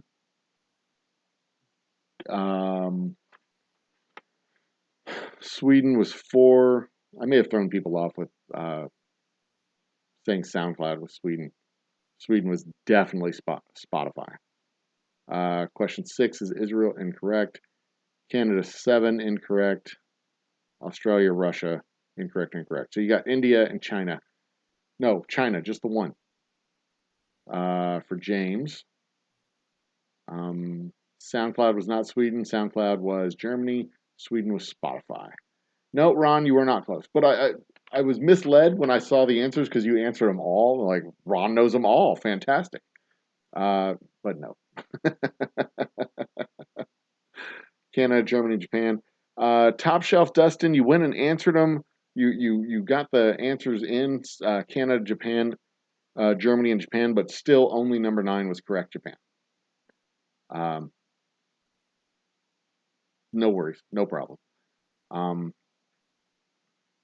Anybody else? That's it. Yep, that's it. Everybody's done. We're good. Okay. On to the normal questions, because that question sucks. I hate that question. Okay, hold on. Did I miss anybody? Addie Pakal got 3. Bacon got 1. Vanessa Kitty got 1. Mrs. Hopkins got 1. Bimbo Barbarella got 1. Top Shelf Dustin got 5. James Morgan got 1. And Bourbon got 1. So Addie Pakal's at 14. Bacon's at 18. Vanessa Kitty is at 15. Mrs. Hopkins is at 19. Bimbo Barbarella is at 18. Top Shelf Dustin is at 16. James Morgan 15, and Bourbon Ron at 10. Everybody's in double digits. This is nice and tight. Very cool. That's what she said. We're in the last round. Answers are worth double. We have 18 points on the line in the last round. Nick Nepper just joined the party. Cheers, Nick. And it is time for the last round. All answers are worth double. So you have a chance to destroy this thing tonight.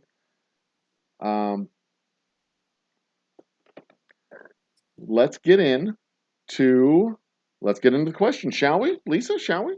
With no further ado, or maybe a little bit of ado. Any ado? No ado. No more ado. All right, round 7, general knowledge. Questions are worth double, and you're all extra attractive. Let's go. Round 7, question 1. Who made the most expensive jeweled egg in the world?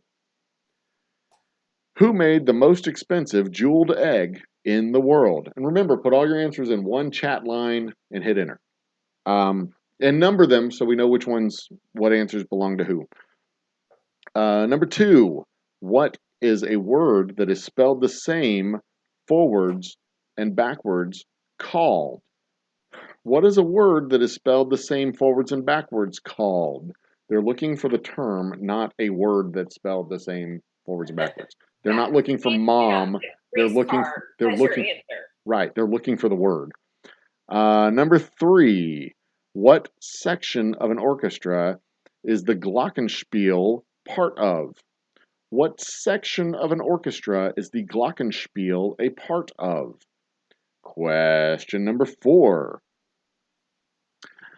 Bergamot, blood, and Valencia are all types of what? Bergamot, blood, and Valencia are all types of what? Question number 5. Who wrote the book Lolita? Who wrote the book Lolita? Question number 6. Easter Island's closest continental point is in what country? Easter Island's closest continental point is in what country? Question number 7. What legendary comedian was the first host of Saturday Night Live? What legendary comedian was the first host of Saturday Night Live? Question number 8. What rapper passed Elvis as having the most Billboard 100 entries by a solo artist?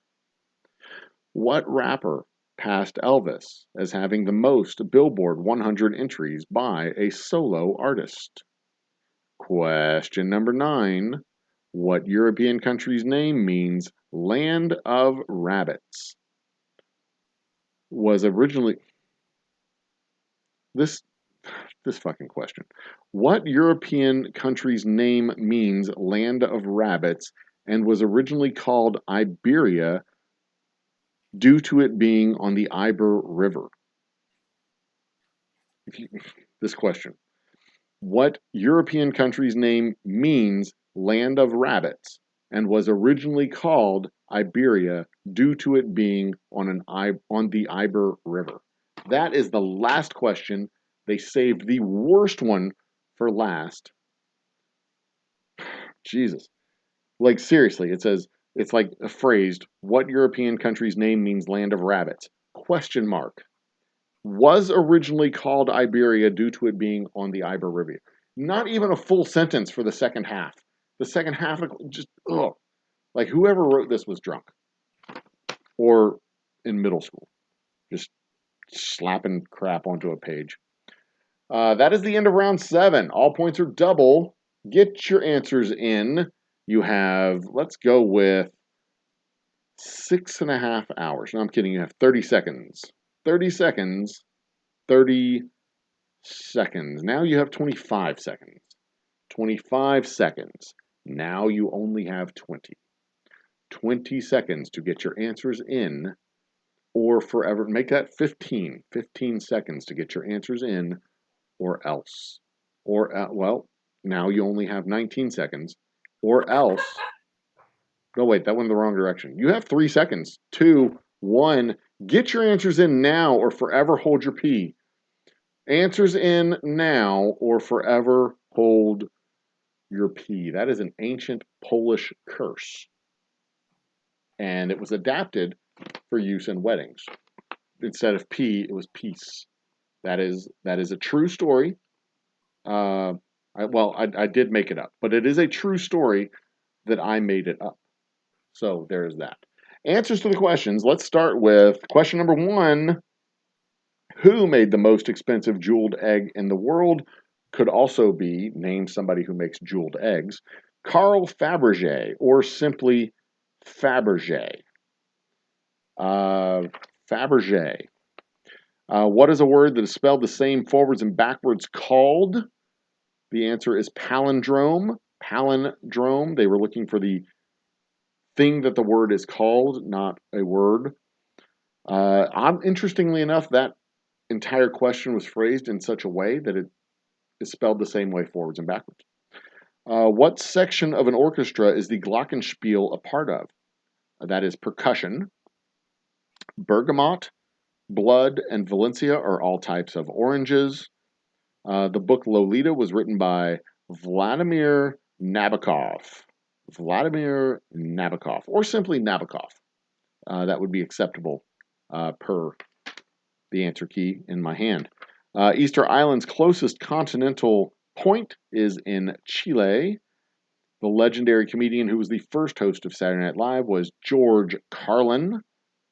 Lil Wayne was the rapper who passed Elvis as having the most Billboard 100 entries by a solo artist. And finally, the most unfortunately phrased question, the European country that means land of rabbits is Spain.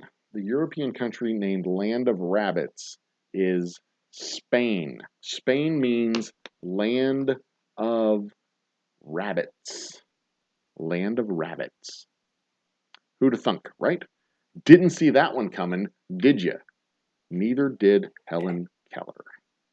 That is a callback to round 5 if you are keeping score at home. But if you're keeping score at home, there's no real need because we have our lovely and talented scorekeeper right next to us keeping score in her home. So, on to the answers. While she bakes. Say what? While she bakes. Oh, yeah. She's like that. That's how much we mean to her. She's doing other stuff. That's how talented I am. Oh, sure. Okay. I mean, it's not like you're baking it. I mean, the oven's doing all the work.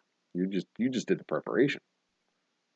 Slaving over a hot stove. Come on. Okay. Answers we got. Bourbon Ron. Fabergé, palindrome, percussion, correct. Orange is correct. Great Britain, incorrect.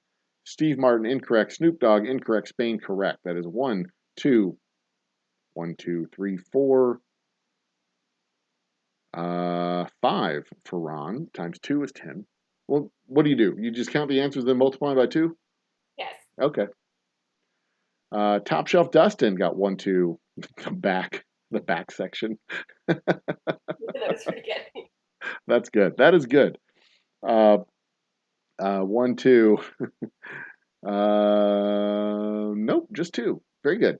Fabergé, oxymoron is incorrect, but a good word. 1, percussion. 2, yes. Wine, no. South America, incorrect. Closest continental point is in what country? Okay, you had me questioning how it was phrased. Closest continental point is in what country? South America is incorrect. It would be Chile because they were asking for the country. And Spain, you got Spain correct. So 1, 2, 3. There's 3 of those. Cartier, no. Horn, no. Sausage, no. Ray Liotta, no. Steve Martin, no. Eminem, no. I would have guessed Eminem too. I would have guessed Eminem as well, Addie, but that would be incorrect. In Greece, you got shut out in this round. That is harsh. But hey, you showed up and swung. That's all that matters. Bimbo Barbarella got 1, 2, 3. Ooh, nope, not 4. Not 5. Not 6. Not 7. Not 8. So 1, 2. She got 2, 3. 3 answers correct. The goddamn bacon gets 1.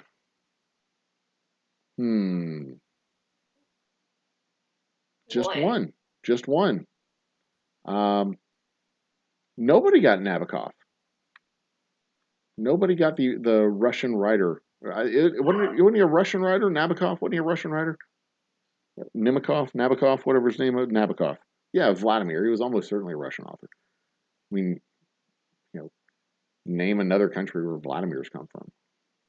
I guess it could be Ukraine. We have a Volodymyr from Ukraine, but not a Vladimir. So I think that's everybody. Did we get any answers from Vanessa Kitty? I did not see Vanessa Kitty's answers, no. She is forever holding her pee right now because she did not get her answers in. She's going to be doing the TT dance. Poor thing.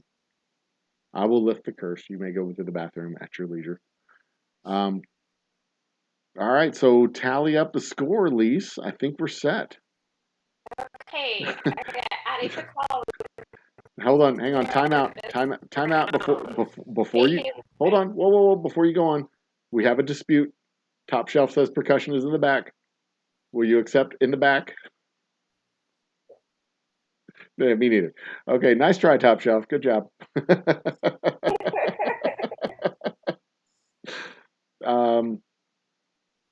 I'm enjoying the chat here. Italy shaped like a boot means land of dead rabbits. Okay, carry on. What do we got? So Addie Pickle got 0 this round. Bacon got 1 correct. No submission from Vanessa Kitty. Mrs. Hopkins got 2 correct. Bill Barbarella got 3 correct. Top Shelf Dustin got 2 correct. James Morgan got 3 correct. And Bourbon Ron got 5 correct. And Nick Nepper got 1 correct. Well, there you go. The totals. Nick got 2 points. Addie Pickle got 14. Vanessa Kitty got 15. We have Bacon and Top Shelf Dustin and Bourbon Ron tied at 20. Mrs. Hopkins and James Morgan are tied at 21. And Bimbo Barbarella comes out on top with 24 points. Barbarella wins again? Excellent. Yes. Do we have a back-to-back dub for Bimbo Barbarella? Wow. Who was second place? There was a tie. Okay. Between Mrs. Hopkins and James Morgan. Well, they will both get 10. Good. They will both get 10 points this week. 10 boozy bucks. 10 boozy bucks, which can be exchanged at the boozy store. But we do have a tiebreaker question. But first, next week's theme round will be art. Oh. Next week's theme rounds will be art. And the tiebreaker question, which we don't need to break the tie. Both of y'all get 10 points. It'll be fine. But we did have a question earlier in the game that referenced Nick Cage, who is a famously prolific actor and stars in like 85 movies a month. Kin Neganti Brahmanandam, Jesus Christ, a popular Telugu actor, holds the record for starring in the most movies of all time. How many movies has he? It says he. I wasn't sure. How many movies has he starred in? Kanagante Brahmanandam. Brahmanandam.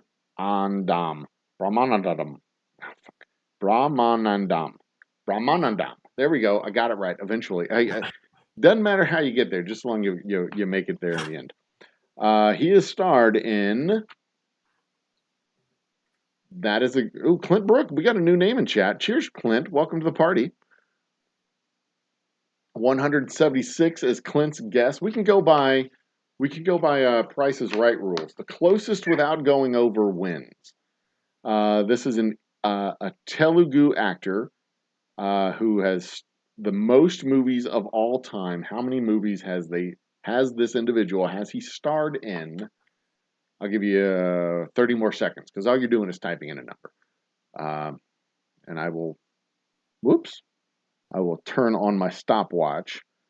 Lisa, do you have any guess? No. He's been in more movies than Nicolas Cage, more movies than Charlie Chaplin, more movies than uh, Sean Connery, more movies. 289. Okay, what if I told you it was more movies than all three of them combined? And keep in mind, Nick Cage by himself has probably been in more movies than those other two combined. The answer is Easy Street with Gin is actually the closest without going over. The answer is 1,177 movies, and I could not name a single one of them.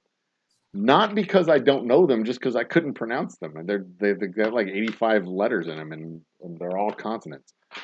So there you go. I couldn't even pronounce the dude's name. So 1,177 movies, and I could not name a single one of them. So there you go. So Bimbo Barbarella wins second week in a row. Hurrah for Bimbo Barbarella. 1,001 off. Yes, you were, Clint. Just 1,001 off. Yeah, I mean, how do you even star in 1,000? Even if you had a career that was like 40 years. Let's see here. 40 years. Your 40 years times 365 days is 14,000 days. Let's go with 40. If you had a 40-year career times 12 months, and it took 6 months to make a movie, so divide that by 2, you have 246-month windows if you're making one movie at a time every 6 months. Which means he was making 1177 divided by 240. Over a 40-year career, he was making 5 movies at a time. All the time. That's insane. That is cuckoo bird crazy. And yeah, I can if you listen very closely. 28 movies a year. Yeah, if you listen very, very closely, you can hear Nick Cage breathing heavily. Just 5 movies at a time. That'd be awesome. He's watching Multiplicity and taking notes about how he can do this. Goodness. So this was fun. Tomorrow night we have live music. Then next week, I don't know what the topic on Wednesday will be. Haven't gotten that far yet. I was watching the hearings earlier today. Maybe I'll probably do a couple of live spots next week because we've got bottling to do of some Double Oak Rye. We have some. Let me know when. Okay. Currently have entirely too much availability. Okay. And we are going to have. Let's see here. We were going to have a pop-up cooking thing on Saturday, but that got canceled because we didn't have enough reservations. Got me a nice 12-year-old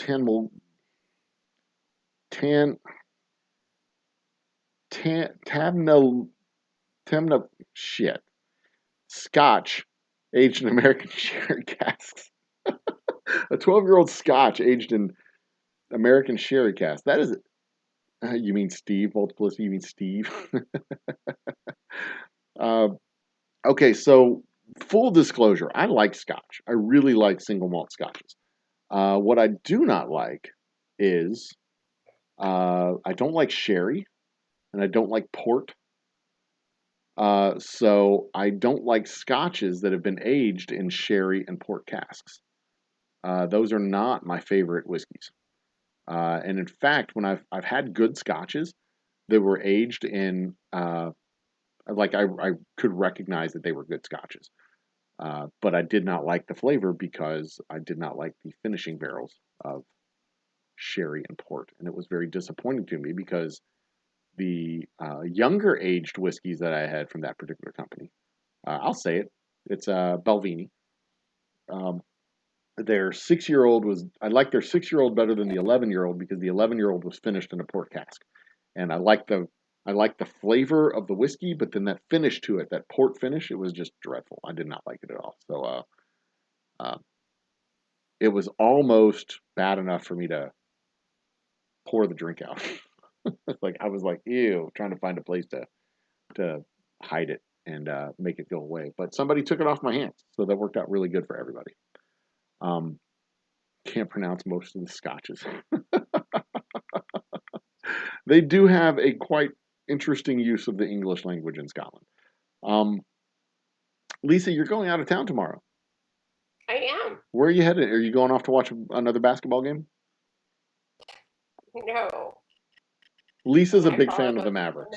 the band. She likes to Not watch the basketball. Mavericks play whenever she gets a chance. So not going to watch the Mavericks tomorrow. No, I'm going to Lake Limestone to go have a girls' weekend with my mom and one of my aunts and a cousin and one of my mom's friends.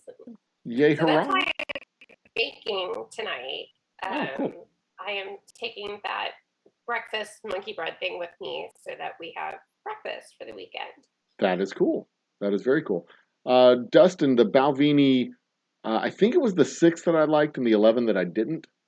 But I can't. It has easily been 12 years since that happened, so I can't. I don't remember exactly, but I do know that I like Balvenie. I like their Scotch, and there is a Scotch that I like from them and a Scotch that I don't like from them. So there you go. Oh my gosh, my kitchen smells so good. But I want to show you what I got today. I'll be right back.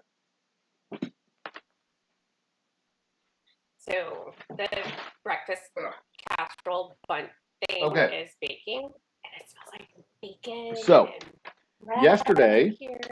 I drove roughly 250 miles around the city of Houston, literally around the city of Houston. I started, picture a clock. Humble is about 1 o'clock on the clock face of the city of Houston. I drove from Humble, Texas, all the way around to Bay Area Boulevard, which is where NASA is in the Houston area, and roughly on the clock at about 5 o'clock. So I drove from 1 o'clock all the way around to 5 o'clock, literally almost all the way around the city of Houston. And then I drove north back up to, no, actually I did drive all the way around the city of Houston because I went back up the Beltway. So I did. I actually circumnavigated the city of Houston yesterday. 250 miles, never left the city. In my final stop, I was doing merchandising, checking on the bottles, making sure everything was on the shelf the way I wanted to see it. The last place that I stopped, I picked up a little bottle of market research. So one thing that I get to do as a market researcher is find bottles of whiskey that fall within the product range that I am looking to make. And we are looking to make I am looking to make a rice whiskey using traditional Japanese rice whiskey methods, using unmalted and malted rice along with koju fungus in order to make the whiskey. So I was looking on the shelf at this one particular store, and it had this Ohishi. Where's it at? Ohishi whiskey, a traditional Japanese whiskey made from rice, 42.8% alcohol by volume, finished in Islay casks. There it is, Islay cask finish. It is made with, it is distilled from rice. There it is, distilled from rice and made with malted and unmalted rice. It says so right there on the back. Malted and unmalted rice fermented in the groundwater of Kuma Riverbed in Hitayoshi, Japan, in a distillery that was founded in 1872. For some strange reason, there's a blank square on the label. I don't know why. But I've been looking specifically for a Japanese whiskey that was distilled from rice. And I finally decided to pull the trigger on a bottle. It looks like it has a very light, I don't know if you can see this. You can't.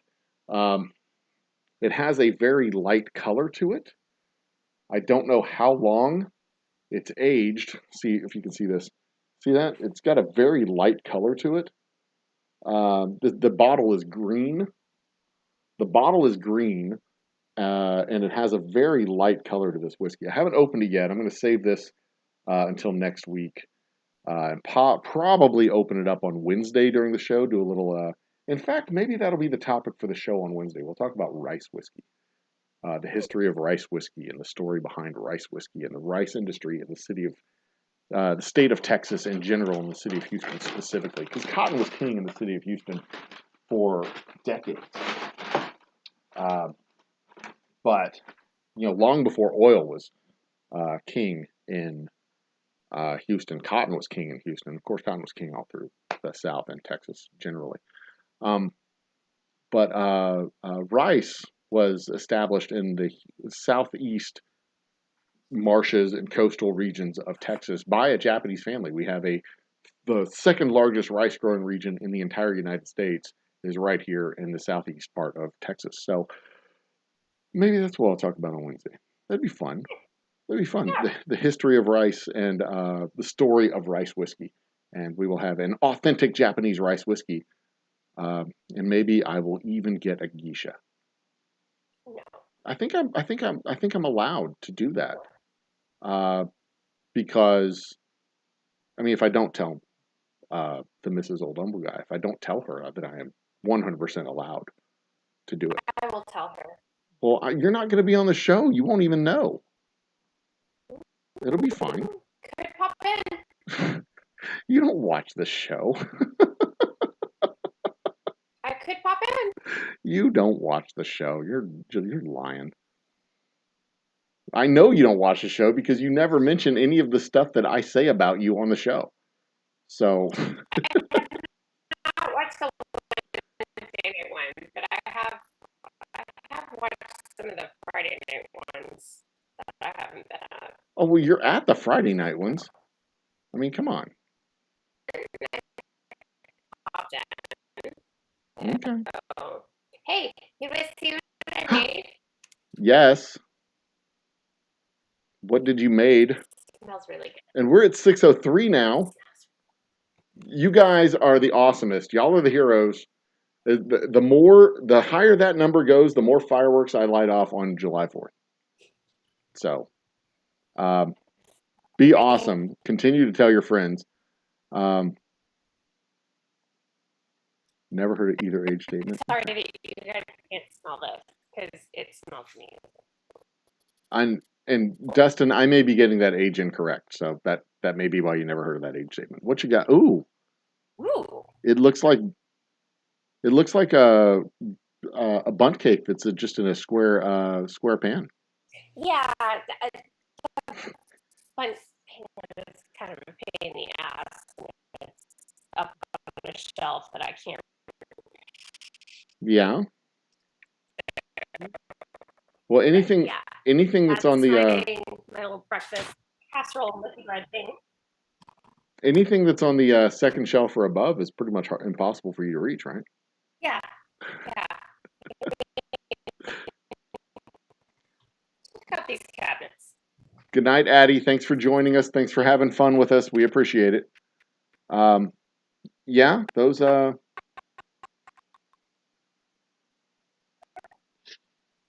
we can't understand the thing you're saying. Like more shelving up there. Oh. I was showing you that, yeah, I can't reach much above the second shelf without having to get a step stool because I am short. Well, there you go. I did post a clip from my latest game afternoon. From I think it was Tuesday. I played a little Fortnite and got a dub.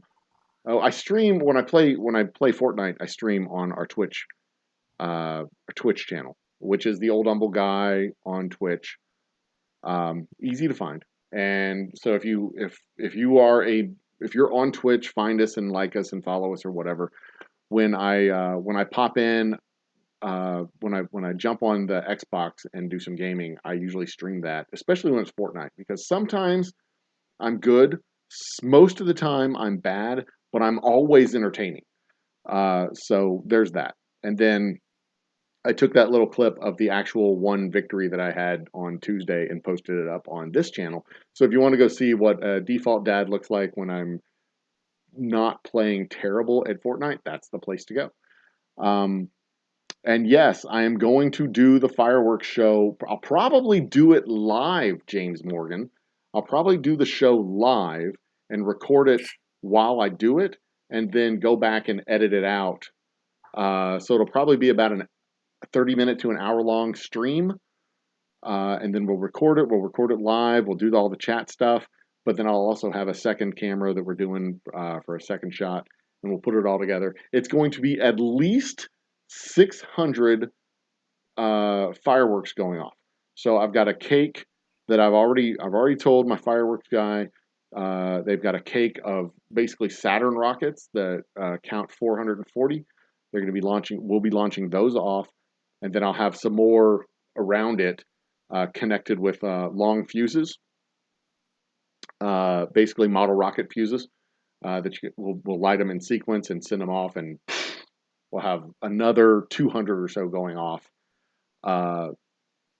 after the first 440 go off. So there you go. It's going to be a big, explosive celebration for July. July 4th is easily my favorite civic holiday.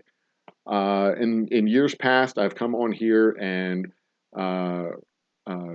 given a dramatic reading of it's not that dramatic, but read the at least the beginning part of the Declaration of Independence, as well as the preamble to our Constitution of our collected United States of America, because, I mean, you know, we're privileged that we were born in the right place and we get to grow up in the United States. This is our country. We own it. It's our responsibility to make a future that is much better than the one we have, and hand down a better country to our children and their children. And that's the future that I'm committed to. I want to hand down a future to my children that is better than the future that my parents' generation handed down to us.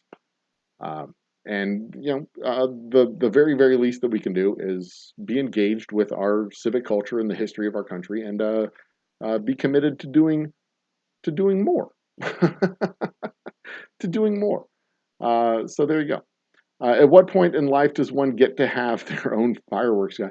The key to having your own fireworks guy is knowing a lot of people, and having at least one of those people be a person who owns a bunch of fireworks stands. And I'm fortunate that I know a guy who owns a bunch of fireworks stands, and I can call that guy up. That guy is actually a gal that I went to elementary school, middle school, and high school with. And I can call her up and say, "Hey, I'm thinking of this thing," and she'd go, "I can do that," and like, okay. So yeah, we went to school together since hell, probably kindergarten, to be quite honest. She's probably the person that I've known. Jesus, is my fireworks guy a person that I've known longer than anybody else in this town? That is entirely possible. That my fireworks guy is somebody that I've known longer than anybody else, who's not related to me, obviously. Mr. Jiggs joined the chat. Cheers, Mr. Jiggs. Thanks for joining us. But yeah, my fireworks guy is a charming young lady that I went to school with. In fact, I think she might have been the first person I kissed. I can't remember if she's the first or second, but that was a long time ago. Golly. 4th grade, 5th grade? Man. Anyway, good times. Good times. Talk about time machine there. Jesus. But yeah, that is my fireworks guy. My fireworks guy owns Big Dog Fireworks. I think it's Big Dog Fireworks. I need to double check and make sure. But they will get all the mentions during the show. We will be lighting off all the fireworks. And of course, where the distillery is like on a deserted private road. So there is no danger to burning down other people's houses. But it is also on a deserted private road that is surrounded by the woods. So there's a little bit of danger involved. Just a little bit. It could be... starting a forest fire. Yeah, there's a little bit a little bit of a danger of starting a small scale forest fire, like ish, smallish danger. Um, but we're also supposed to get rain towards the end of this month, so you know it should be fun. It should be fun. It should be fine. It should be fine. The trees are green. They're not brown. They're green. They're not dead trees. It should be fine. There are lots of dead under Yeah, but it should be fine. there. It should be fine. It should be fine. But there you go. The higher that number goes, the more fireworks I'm setting off. The higher that number goes, the more fireworks I'm setting off. And if that number crosses 1,000, I am going down to the marina, the aquatarium over here where they have kangaroos, and I'm going to fight one of those son of a bitches. You're not going to fight a kangaroo. I'm going to fight one of those sons of bitches because they are just smug with their Marlboro lights that they're smoking and their stupid fedora and they're flipping their stupid coin. I just want to smack the smirk off of their face. Ugh, damn, they're whistling at you. They're whistling at your girlfriend when you walk by, calling you 11:30. Calling you mate. Ugh, fucking kangaroos. So say what? What's up? 11:30. Yeah, and you've got a whole day of sitting in the car and doing nothing tomorrow. You're gonna be just a wreck.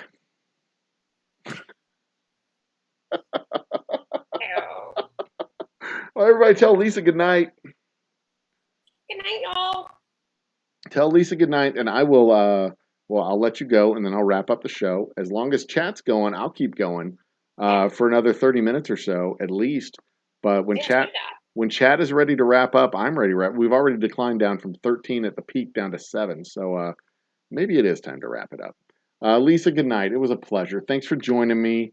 Thanks for keeping score. Thanks for keeping all these degenerates in line over here in chat. Thanks for keeping them in line. Because they're the ones you got to keep an eye on. I'm a fucking angel.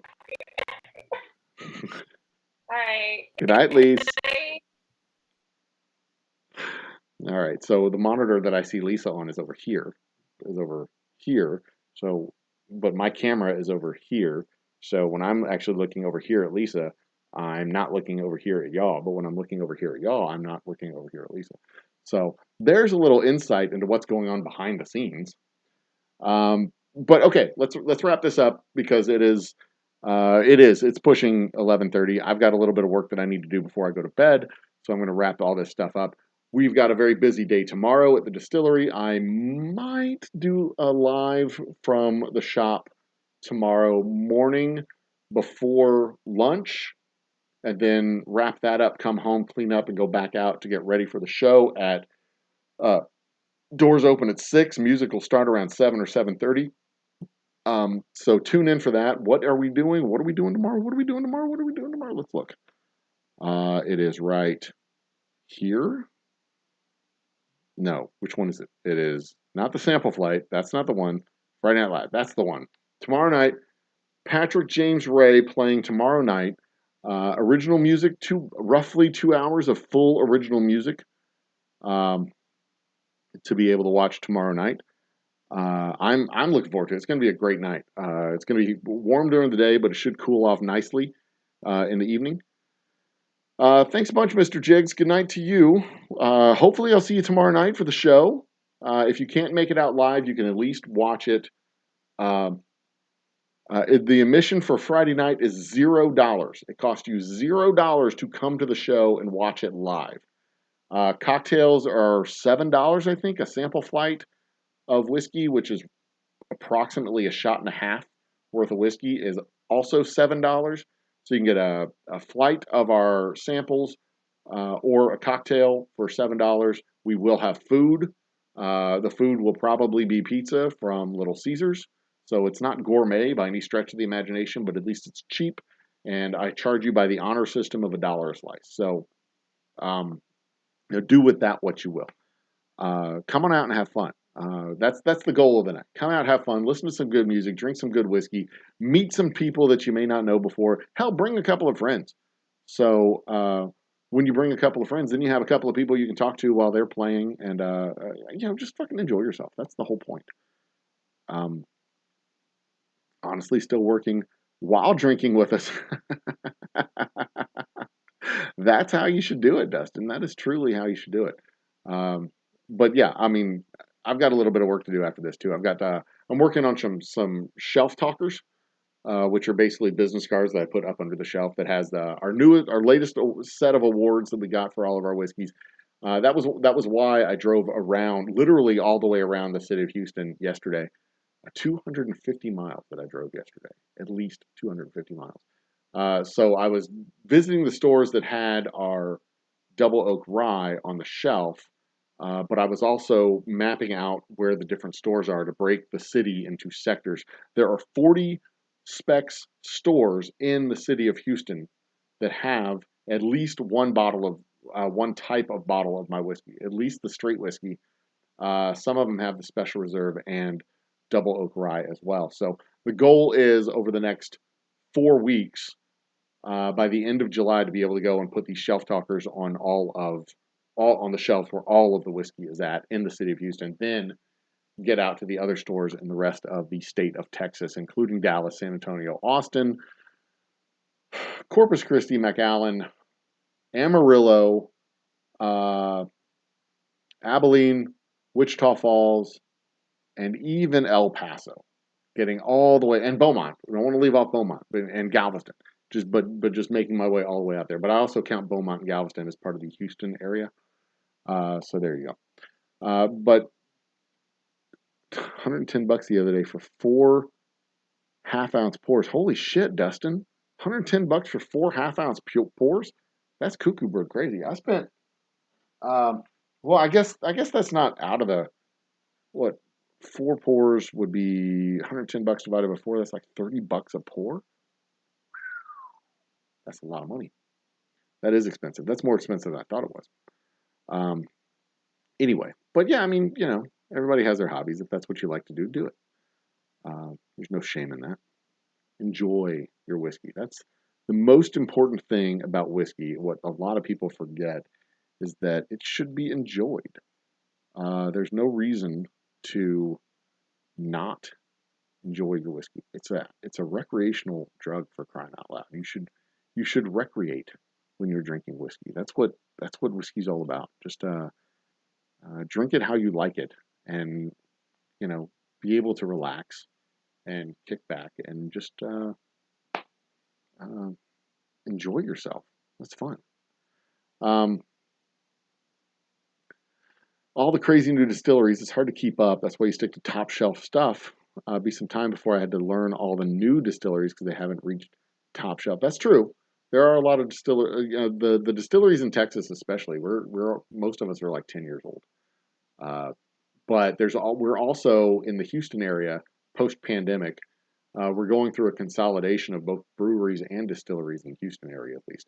So there are 1, 2, 3, 4 local breweries that are either closing or selling to new owners right now. We're still holding on and working on growing. We're in a growth mode right now, so I feel good about us as we grow and continue to grow this year. We should be hitting record sales numbers that I'm looking to hit by the end of this year. But we're working on it. Like the whole industry is working on it. As the industry grows, it's becoming more mature, and there's more flavor expressions that are coming out. In fact, that's what's going to be fun about next week's Wednesday night whiskey happy hour when we talk about the rice whiskey and the different rice. There's not a lot of Texas. There's not a lot of American distilleries that are making rice whiskey. And when I break this bottle open next week, I'm expecting. Well, I have ideas of what to expect, but that may be why what I expect to taste out of this may be why there's not a lot of distilleries in Texas making rice whiskey, because the flavor profile of rice whiskey I expect will be a little bit softer and sweeter even than corn whiskey. So we'll see. We'll see. It's going to be a learning experience and a quite the adventure for me personally to find out what it is. Missing out a punch of youthful whiskey. Yep, sounds like some Some people see what the problem is. Not so much that the distilleries should, or the breweries and distilleries should merge. The problem is that while the population in Houston is large enough to be able to sustain a lot of breweries and distilleries, we should be able to sustain over 100 breweries and distilleries throughout the Houston region. The problem is that a lot of people say they support local, but they don't actually support local. A lot of bars and restaurants say they support local, but they don't actually support local. The bars and restaurants are actually outposts for Kentucky whiskey and schlock, and the bartenders and bar managers are just lazy and dumb, and they just take whatever Republic and Glacier bring to them, and they don't actually think and ask and do the work and effort needed to sell good local spirits and brews. So local spirits and brew makers, we're basically out here competing against the bars because the bars just don't support us, and that is an ongoing challenge throughout the area. The bars do not support us, so we're literally competing against them instead of them working with us and complementing our efforts. They completely shut us out. So that's a real challenge. And then it's hard to, there's only so many days in a week, and disposable income is shrinking right now. The market conditions are challenging. It's just a pain in the ass right now. Everything's hard. But if we could, if more of us could scale up, it would be, it would be very, very good. There is Bourbon Ron. There is a distillery out in the Katy area called MKT Distillery. They make a rice whiskey. Us, I think, are the only two distilleries in Texas that are making a rice whiskey that I know of. There could be others, but yeah, if 4 or 5 distilleries in Texas could merge together, holy shit, that would make one powerful distillery. But it would be that'd be tough to work out the details on that, but that would be something. Is aging underground storage due to I don't, Mr. Jiggs, that is a very good question. Underground storage for whiskey is not optimal because the heat in Texas, the varying heat. Like today, we went from 80 degrees to almost 100 degrees. We had a 20-degree swing today. And all within that entire temperature range would be good aging temperatures for whiskeys. And all of that temperature range is temperature ranges that they don't get in places like Kentucky or points north, even Scotland.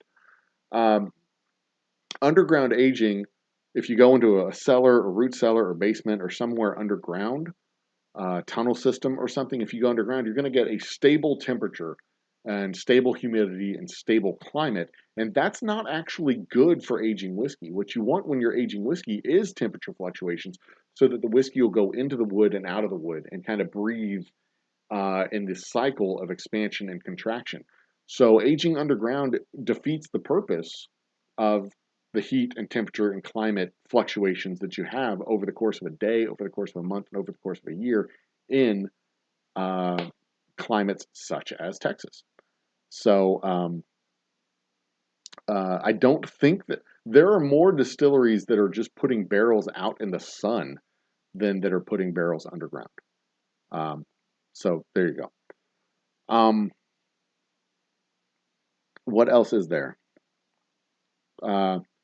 Yeah, there's a lot of distilleries in the Houston area. In fact, there's a lot of distilleries all throughout Texas that just don't have stuff in stores. Like these guys here that we ran across. Are these the guys?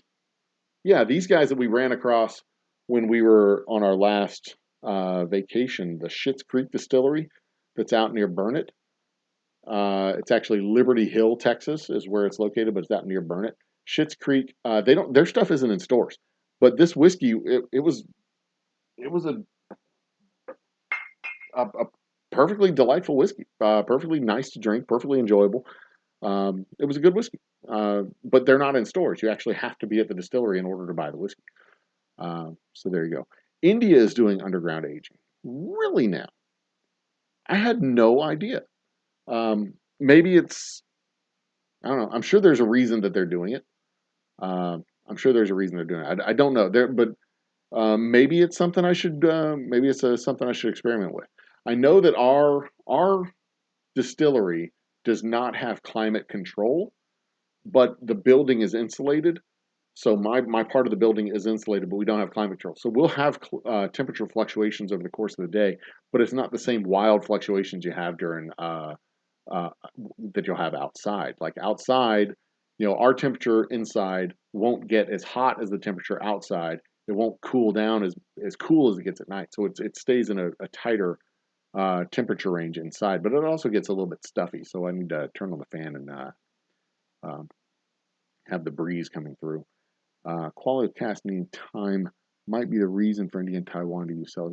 Maybe so. That is entirely possible as well, James. I don't know. I know that in here in Texas, we're using white oak barrels, um, and typically the use of underground.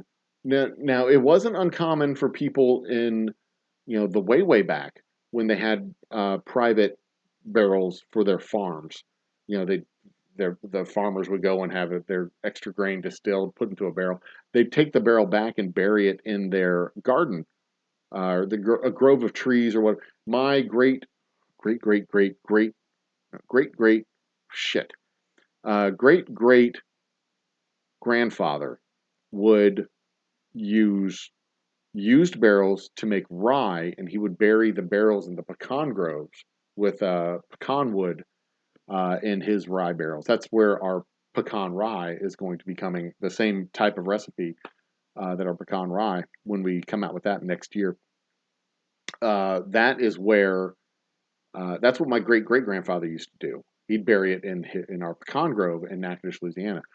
So it's not unprecedented. It's not out of the question. It creates a more stable environment because the ground around the barrel is cooler than the air. It's they lose less to evaporation.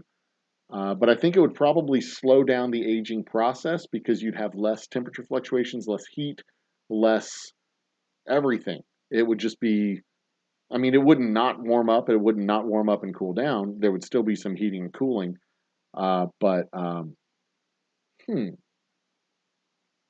it's something I might explore when we have our own land that I can play with. Because right now we don't have our own land. Right now we rent our facility.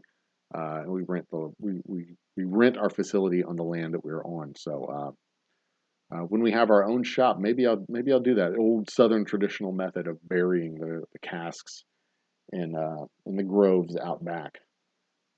So yeah, what they would do, like for a special occasion, they'd go out and get that barrel. Oh no, not that barrel, the other barrel. Go out and dig up that barrel and bring it into the house. Um, oh, and there you go. Dustin makes the comment right there. It allows them to age their expressions longer, so they push out to 12-year-old whiskey when they wouldn't normally be able to go out 12. Yeah, because here in Texas, a 3-year whiskey would taste more like a 7 or 8-year whiskey because of the activity going on in the barrel.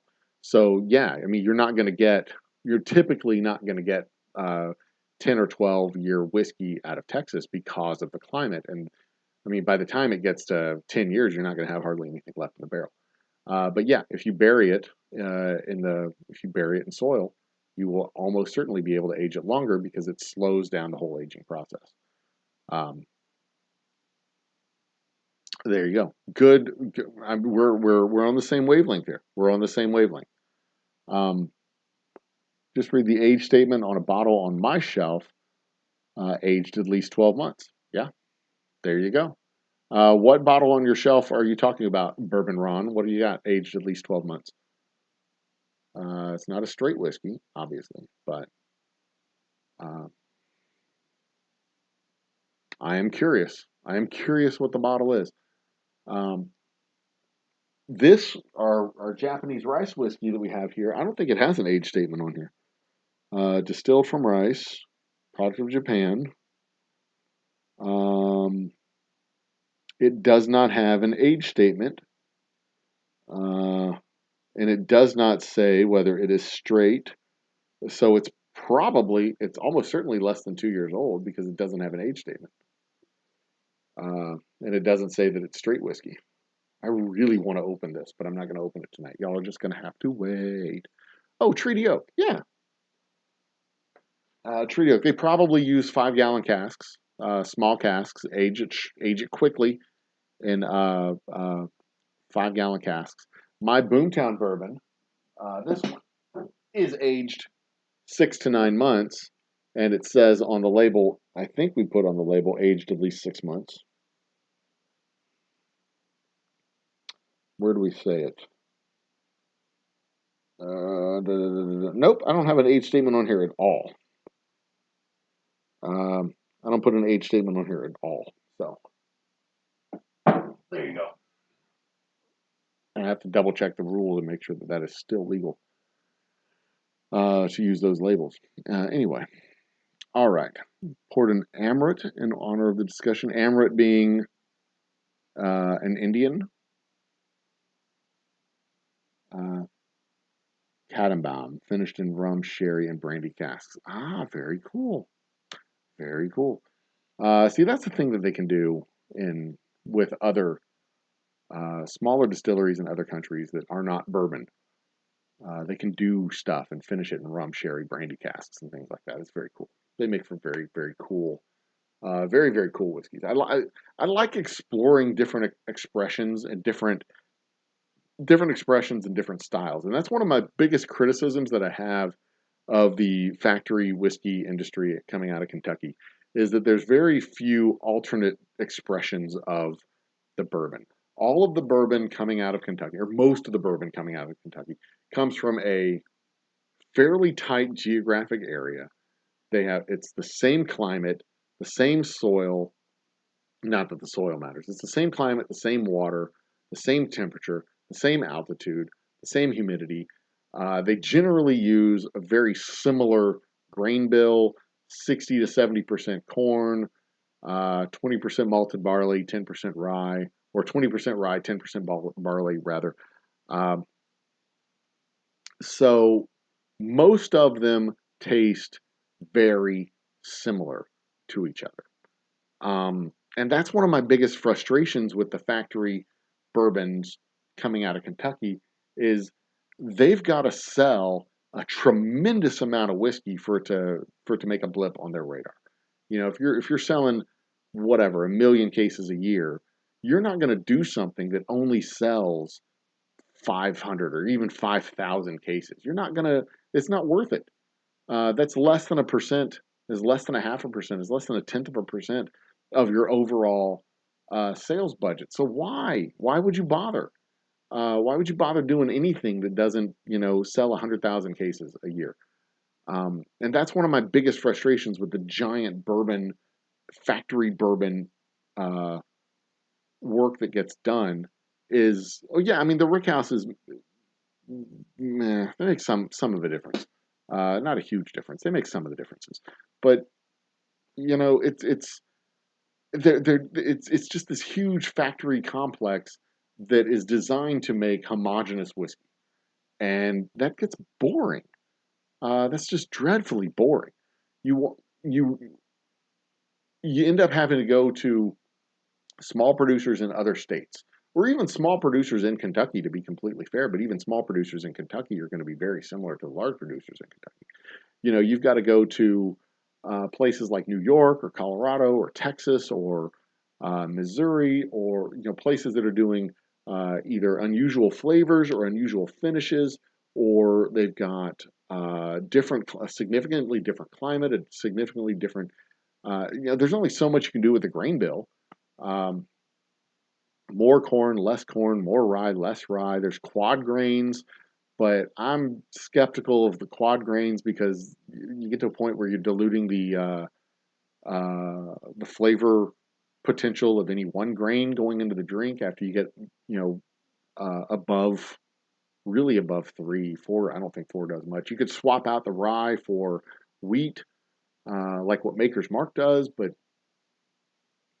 you really need to go to smaller producers that selling 100 cases makes a difference to them, and they're willing to try doing something weird and something unusual and something bizarre, like finishing uh, uh, uh, finishing a bourbon in a cask that is seasoned with blackberries.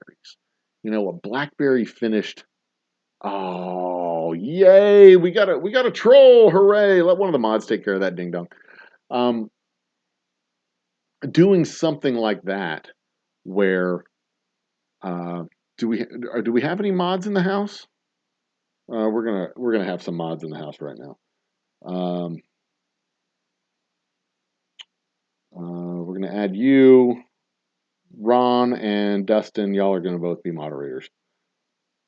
Congratulations. Congratulations, guys.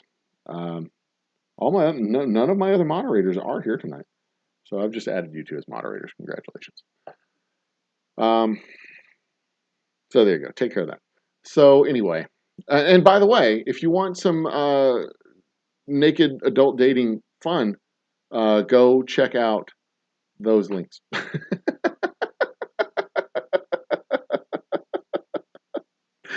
uh, but yeah, but what I'm trying to say is when you go to when you go to a smaller distillery, and I'm not even necessarily talking about a distillery that only makes like 1,000 cases a year.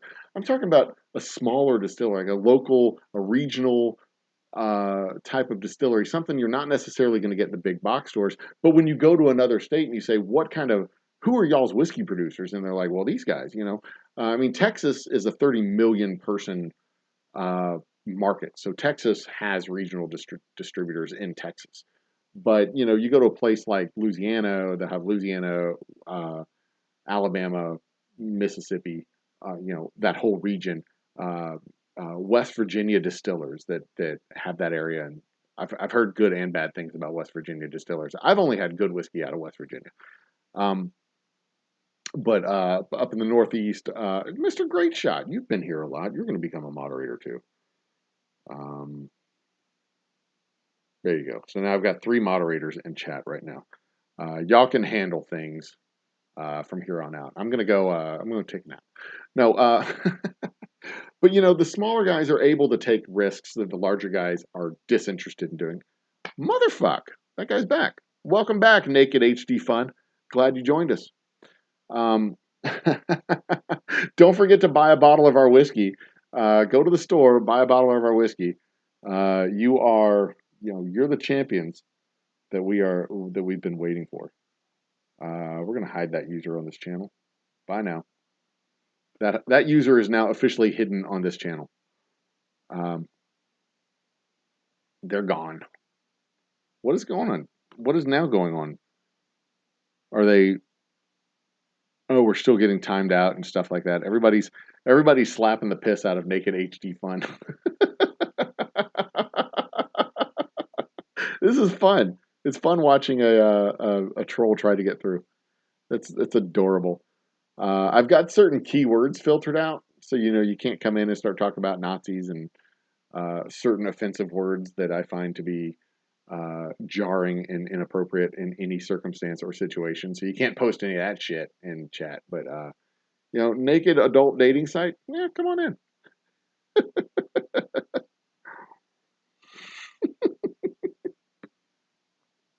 I'm personally a much bigger fan of nudity and sex than I am with brains and blood getting splattered across the screen. Larry Flint had it right.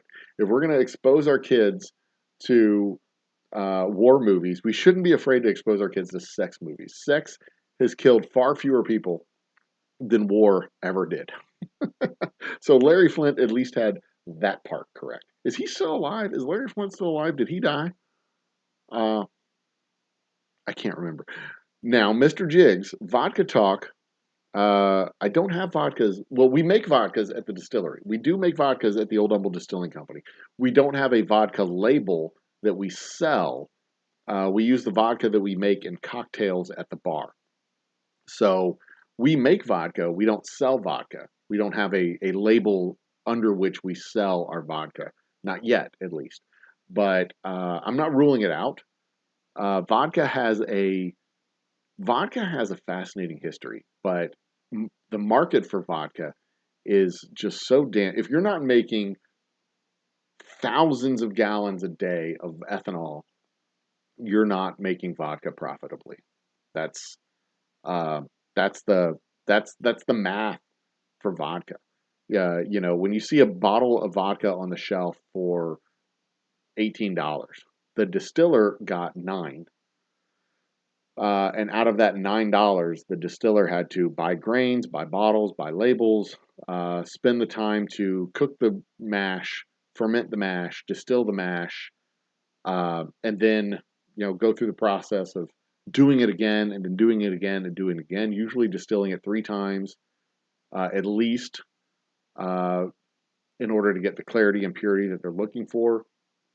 The way the math works is if you distill it up to like 85% to get a nice pure alcohol coming out of the wash, and then you add distilled water to get it back down to about 60%, and then you distill it again to get it back up to 85 or 90%, and then you add distilled water. So every time you're leaving 10 to 20% of water, you're diluting that water with fresh distilled water, and that water that's left behind is water that has the proteins and leftover flavor compounds from the wash, from the corn or the barley or whatever it was.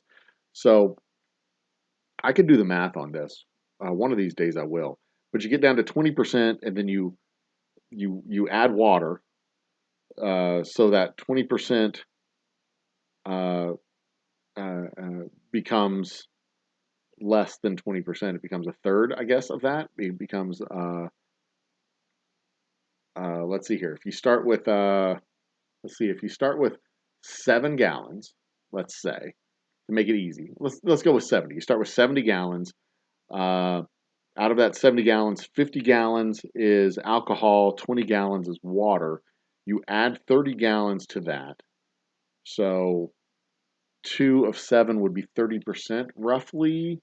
It goes from 28% down to, you add 30 gallons, it goes from 28% down to 20%. And then you distill it again. Let's say this time around you have, instead of 70 gallons, you get 60 gallons because you get a higher quality distillation. So 15% is the water that you have left behind, and then you add 40 gallons to that because you're going to go from 60 back up to 100. You go from 60 gallons back up to 100, so you add 40 gallons. So you go from 15% down to 10%. You knock it down to 10%, and every time that water left behind, that water left behind becomes a smaller and smaller and smaller and smaller and smaller portion of the original wash that you started with. So every time it becomes a smaller and smaller and smaller portion, you get less and less and less and less flavor from the original grains. And that's the whole point of multiple distillations of vodka. You go 6 times, 7 times, 8 times, 9 times. That percent of the original water gets smaller and smaller and smaller and smaller to eventually the point where it just becomes, you get less. Every time you do it, you get less and less and less marginal gain of purity and quality. So by the time you're like 8th or 9th run through, you're talking about 0.5% or whatever of the original water that's left in there. Most of it's distilled water and clean as clean can be. So so at that point, you're talking about you're just trying to wipe out all of the flavors that are left behind from the wash, and that's why they do multiple distillations. But eventually, it gets to the point where you're not adding any purity to it. You're not doing anything that's discernible to notice, and it's somewhere between 6 and 9 where the percentage becomes so small it's not even worth it. But the most expensive vodkas are done like 17 times or 22 times or whatever it is. And it's really when you're getting probably past 8, they're not, excuse me. When you get past 8, you're not actually doing anything anymore. I have a bag of almonds around here somewhere. I think I have a bag of almonds around here. Maybe not. Maybe not. Well, I thought I had a bag of almonds. Apparently, I don't. I kind of got the munchies a little bit. It's late. I want to get some crackers. I got some crackers and some salami. Nope, there's my bag of almonds. It's an empty bag of almonds. I already ate my almonds. Oh well. So yeah, the economics behind vodka. You do all that work. You do all that work, and then ultimately you end up with $8 a bottle. That's it. So if you're not selling like thousands and thousands of bottles of vodka, it's really tough to for a small distiller to make any money off that. All you need to do is buy. That's actually fairly fair. All you need to do is buy cheap vodka and run it through a Brita filter. That is not a bad solution to the problem of cheap ass vodka. So, you do disagree to a level that the big boys aren't putting out variety. Yeah, I mean they do have smaller batches. It's just most of those smaller batches don't get disseminated throughout the rest of the country. So the local there's two different markets in Kentucky. There's the national market that the factories spit out their schlock to, and then there's the local market in Kentucky that looks a lot like the local market everywhere else. It's just the local markets everywhere else have been infiltrated with the giant. The local markets have been infiltrated with the giant factory trash as well. So there you go. Who got the deleted message? Mr. Great Shot already got him. Good job, Mr. Great Shot. Quick with the gun. The ban hammer. There's got to be a way. I got to be able to ban that guy, right? Can I ban that guy? Is there a button that I need to push to ban him? Somewhere in here is a button to push to ban these ding-dongs. There's that. Let's see what I can do. See if I can do anything extra. Come on. Give me the news. Shark Home Brewing's in the chat. Cheers, Shark. Can I hide the user from the channel? I thought I could. I think they're actually changing their username as well. But it doesn't matter. Let's see if that worked. Maybe I'll make him moderator. But yeah, see, that's the big challenge that we have. If I don't want to use my my distillation time as well. I don't want to use up all my distillation time and my resources on vodka. If I'm running my stills, I want to use that time. I want to use my resource. I want to use my energy on making whiskey. And once I've got my channels filled up with the whiskey, then I'll worry about the vodka if we're going to make vodka in any large quantities. But yeah, eventually maybe we'll get there. Some MGP like High West. Yeah, there you go. There's a lot of MGP to be enjoyed. I'm not going to lie. We use MGP for the base stock of our rye. We actually use MGP for the base stock, but we do stuff to it after it comes in. We don't just take it and bottle it. We do stuff to it after it comes in, so we can honestly say there's plenty of MGP rye on the market, and you can taste that rye next to our rye, and you can just definitely see the difference between the two. But there's plenty of MGP stuff out there that is delightful to be had, especially if they're using good water to finish it with. So there's that. What else is there? Yeah, I could do that. I could make people be. I have sent the package. I don't know if it actually left, but I printed it. I printed the label today. Sent the package. It's probably going to go out on a truck tomorrow. So you should have it middle of next week, early next week, middle of next week. So there you go. You can keep an eye out for it next week. You should be having it. My guess is Tuesday or Wednesday. So there you go. Yeah, I could make people be subs. I'm not ready to. I don't want to do that yet. I like having visitors come by, and maybe in the future I'll do that, but I'm not ready to do that yet. I don't mind the trolls; they can come and be assholes. That's fine. Um, the the comments increases my engagement rate in the algorithm, so I'm okay with that. Um, so there you go. So what else is there to talk about? Next week, next Wednesday, we'll talk about the history of rice whiskey. Um, Thursday, another trivia night. Art is the themed round. And then Friday next week, we have Friday, we have Same Old Circles performing.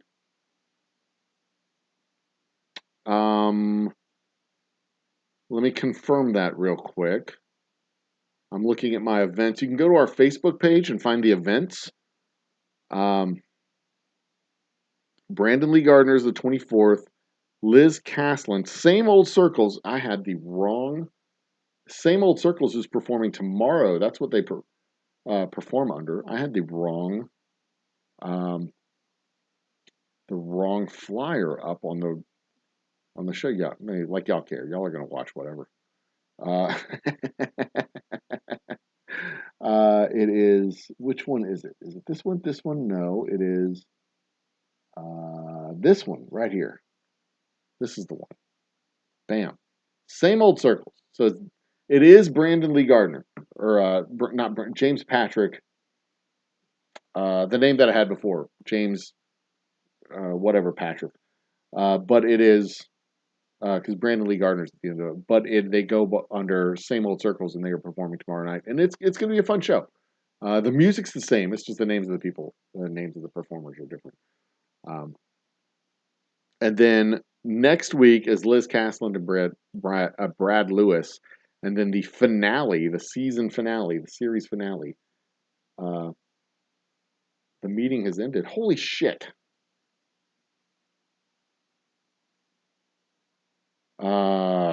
This stupid Zoom fucking HP. Nope, we want that one. Boom. That's you. We're good. Let's adjust this camera down a little bit and bring chat to the front. But yeah, that's our cue to wrap this up a little bit. We'll go right there. Yeah, good. Okay, so bye Zoom. You're gone. Talk to you later.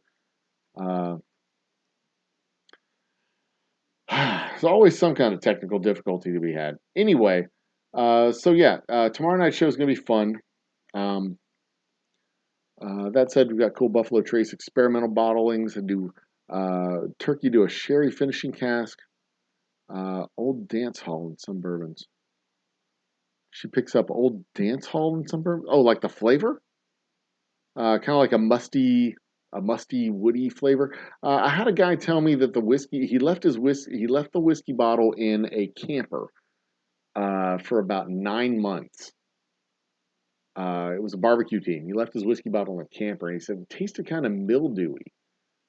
Uh, and that's probably kind of old dance hall flavor. Um, that it's probably how it was stored. 'Cause, like, this dude left his bottle in a camper for 9 months, so it's probably how it gets stored, how it gets kept. I don't have an answer to that question. And sometimes it could be coming off of the it could be coming off the grains, it could be coming out of the water, it could be coming out of a whole bunch of things. It's hard to know for sure. It's hard to know for sure. Garrison Brothers, yeah. And it could be coming from the water. I know Garrison Brothers uses unfiltered rainwater, or they use filtered rainwater, but it's like unfiltered water, so it could be something in the water. I don't know. It's The only time I've heard that with our whiskeys was from a guy who left it in his camper for 9 months. So there you go. Cheers to musty old whiskey. Me personally, my whiskeys when I buy a bottle of whiskey, it doesn't tend to last more than a month. So um, I am the kind of guy like my office is full of empty bottles of whiskey because I buy a bottle of whiskey and I drink it. If it tastes good, I drink it. There are notably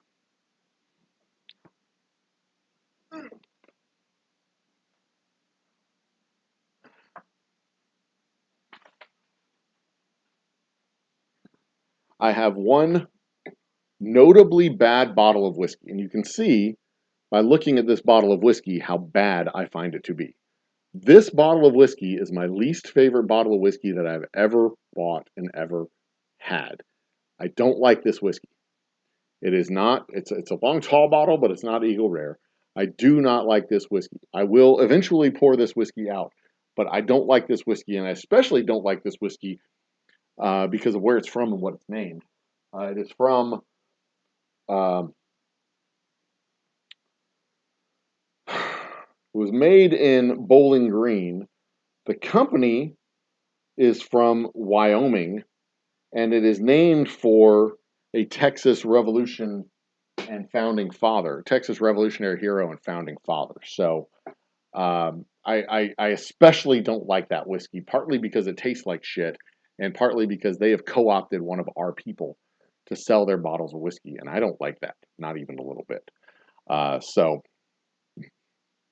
cook. I don't even want to put it in my food. It tastes like cough syrup. It's dreadfully bad. Um, but oh shit, it's now after midnight. Um, so we're gonna wrap this up. I could talk about this shit all night. I really could. But we're going to talk about this a lot on Wednesday next week. And I'm probably going to go live tomorrow early, when I start my bottling run. Probably going to go live and then probably have another live show with Lisa Monday or Tuesday next week when we finish up the bottling for our Double Oak Rye. So stay tuned. Hit the follow button, whatever what is that? The bell, the notification bell, so that when we do go live, you'll know we go live, and you can come in and join us. We can talk whiskey and the stuff that. Yeah, actually, I might pour that in and redistill it and make some actual good whiskey out of it. Um, I'm sure each drink slows me down, maybe a little. Um, but this is my third shot of the night, and I am calling it an evening. I might go stream a little bit on the Xbox, so if y'all are on the Twitches, you can come check me out. But yeah, we'll talk about whatever on the live streams. The live streams are kind of a stream of thought type of show. Our heroes in Australia will be on early U.S. time, so people on the Whiskey Too. Are you in Australia, Dustin? Are you down in Australia? Um, we are under full-on assault by Naked HD Fun. Oh, woe is ye. Anywho, U.S. time, so people can whiskey tube all day tomorrow. That's right. And plus, when we're doing our bottling runs, you can kind of get a chance to see the behind the scenes stuff that goes on in our distillery specifically. I'm very transparent about what I do. Thank you, Shark, for the congratulations on the 600 subs. As the higher that number goes by the end of this month, the more fireworks I'll be setting off for our July 4th extravaganza. So, um, I I've said it before. I'll say it again. I love the 4th of July. I love watching the fireworks shows. I like setting off fireworks for New Year's. For 4th of July, I like watching fireworks. For this particular 4th of July, I'm going to be absolutely happy to set off at least 600 rockets to celebrate our 600 subscribers and the founding of our great country that I am such a big fan of because I live here and I love this place. It's my home. So, as a person who lives here and somebody who considers myself to be a proud patriot, I'm always trying to make my home better. Do a little bit of home improvement here and there, patch up the floors, put a little mortar on the walls, clean up the rooftops and all that stuff.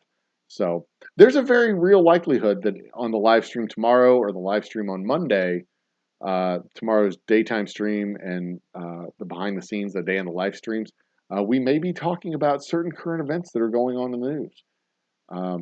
They are shocking and jarring, and they're worth talking about. But that's, we could also be talking about supply chain disruptions. We could also be talking about the marvel that is internal combustion engines, and how cool it would be to have AI cars that can actually drive us wherever we go. But anyway, that's a whole bunch of stuff that we can do that we do during the live streams. It's like a 3-4 hour open forum to talk and chat. I go wherever chat brings me. I start with whatever's on my mind. I go to wherever chat brings me. So there you go. Mr. Jiggs, fun fact, I was born in Ohio. My family is from Natchitoches, Louisiana, North Louisiana. We live just north of Houston, Texas.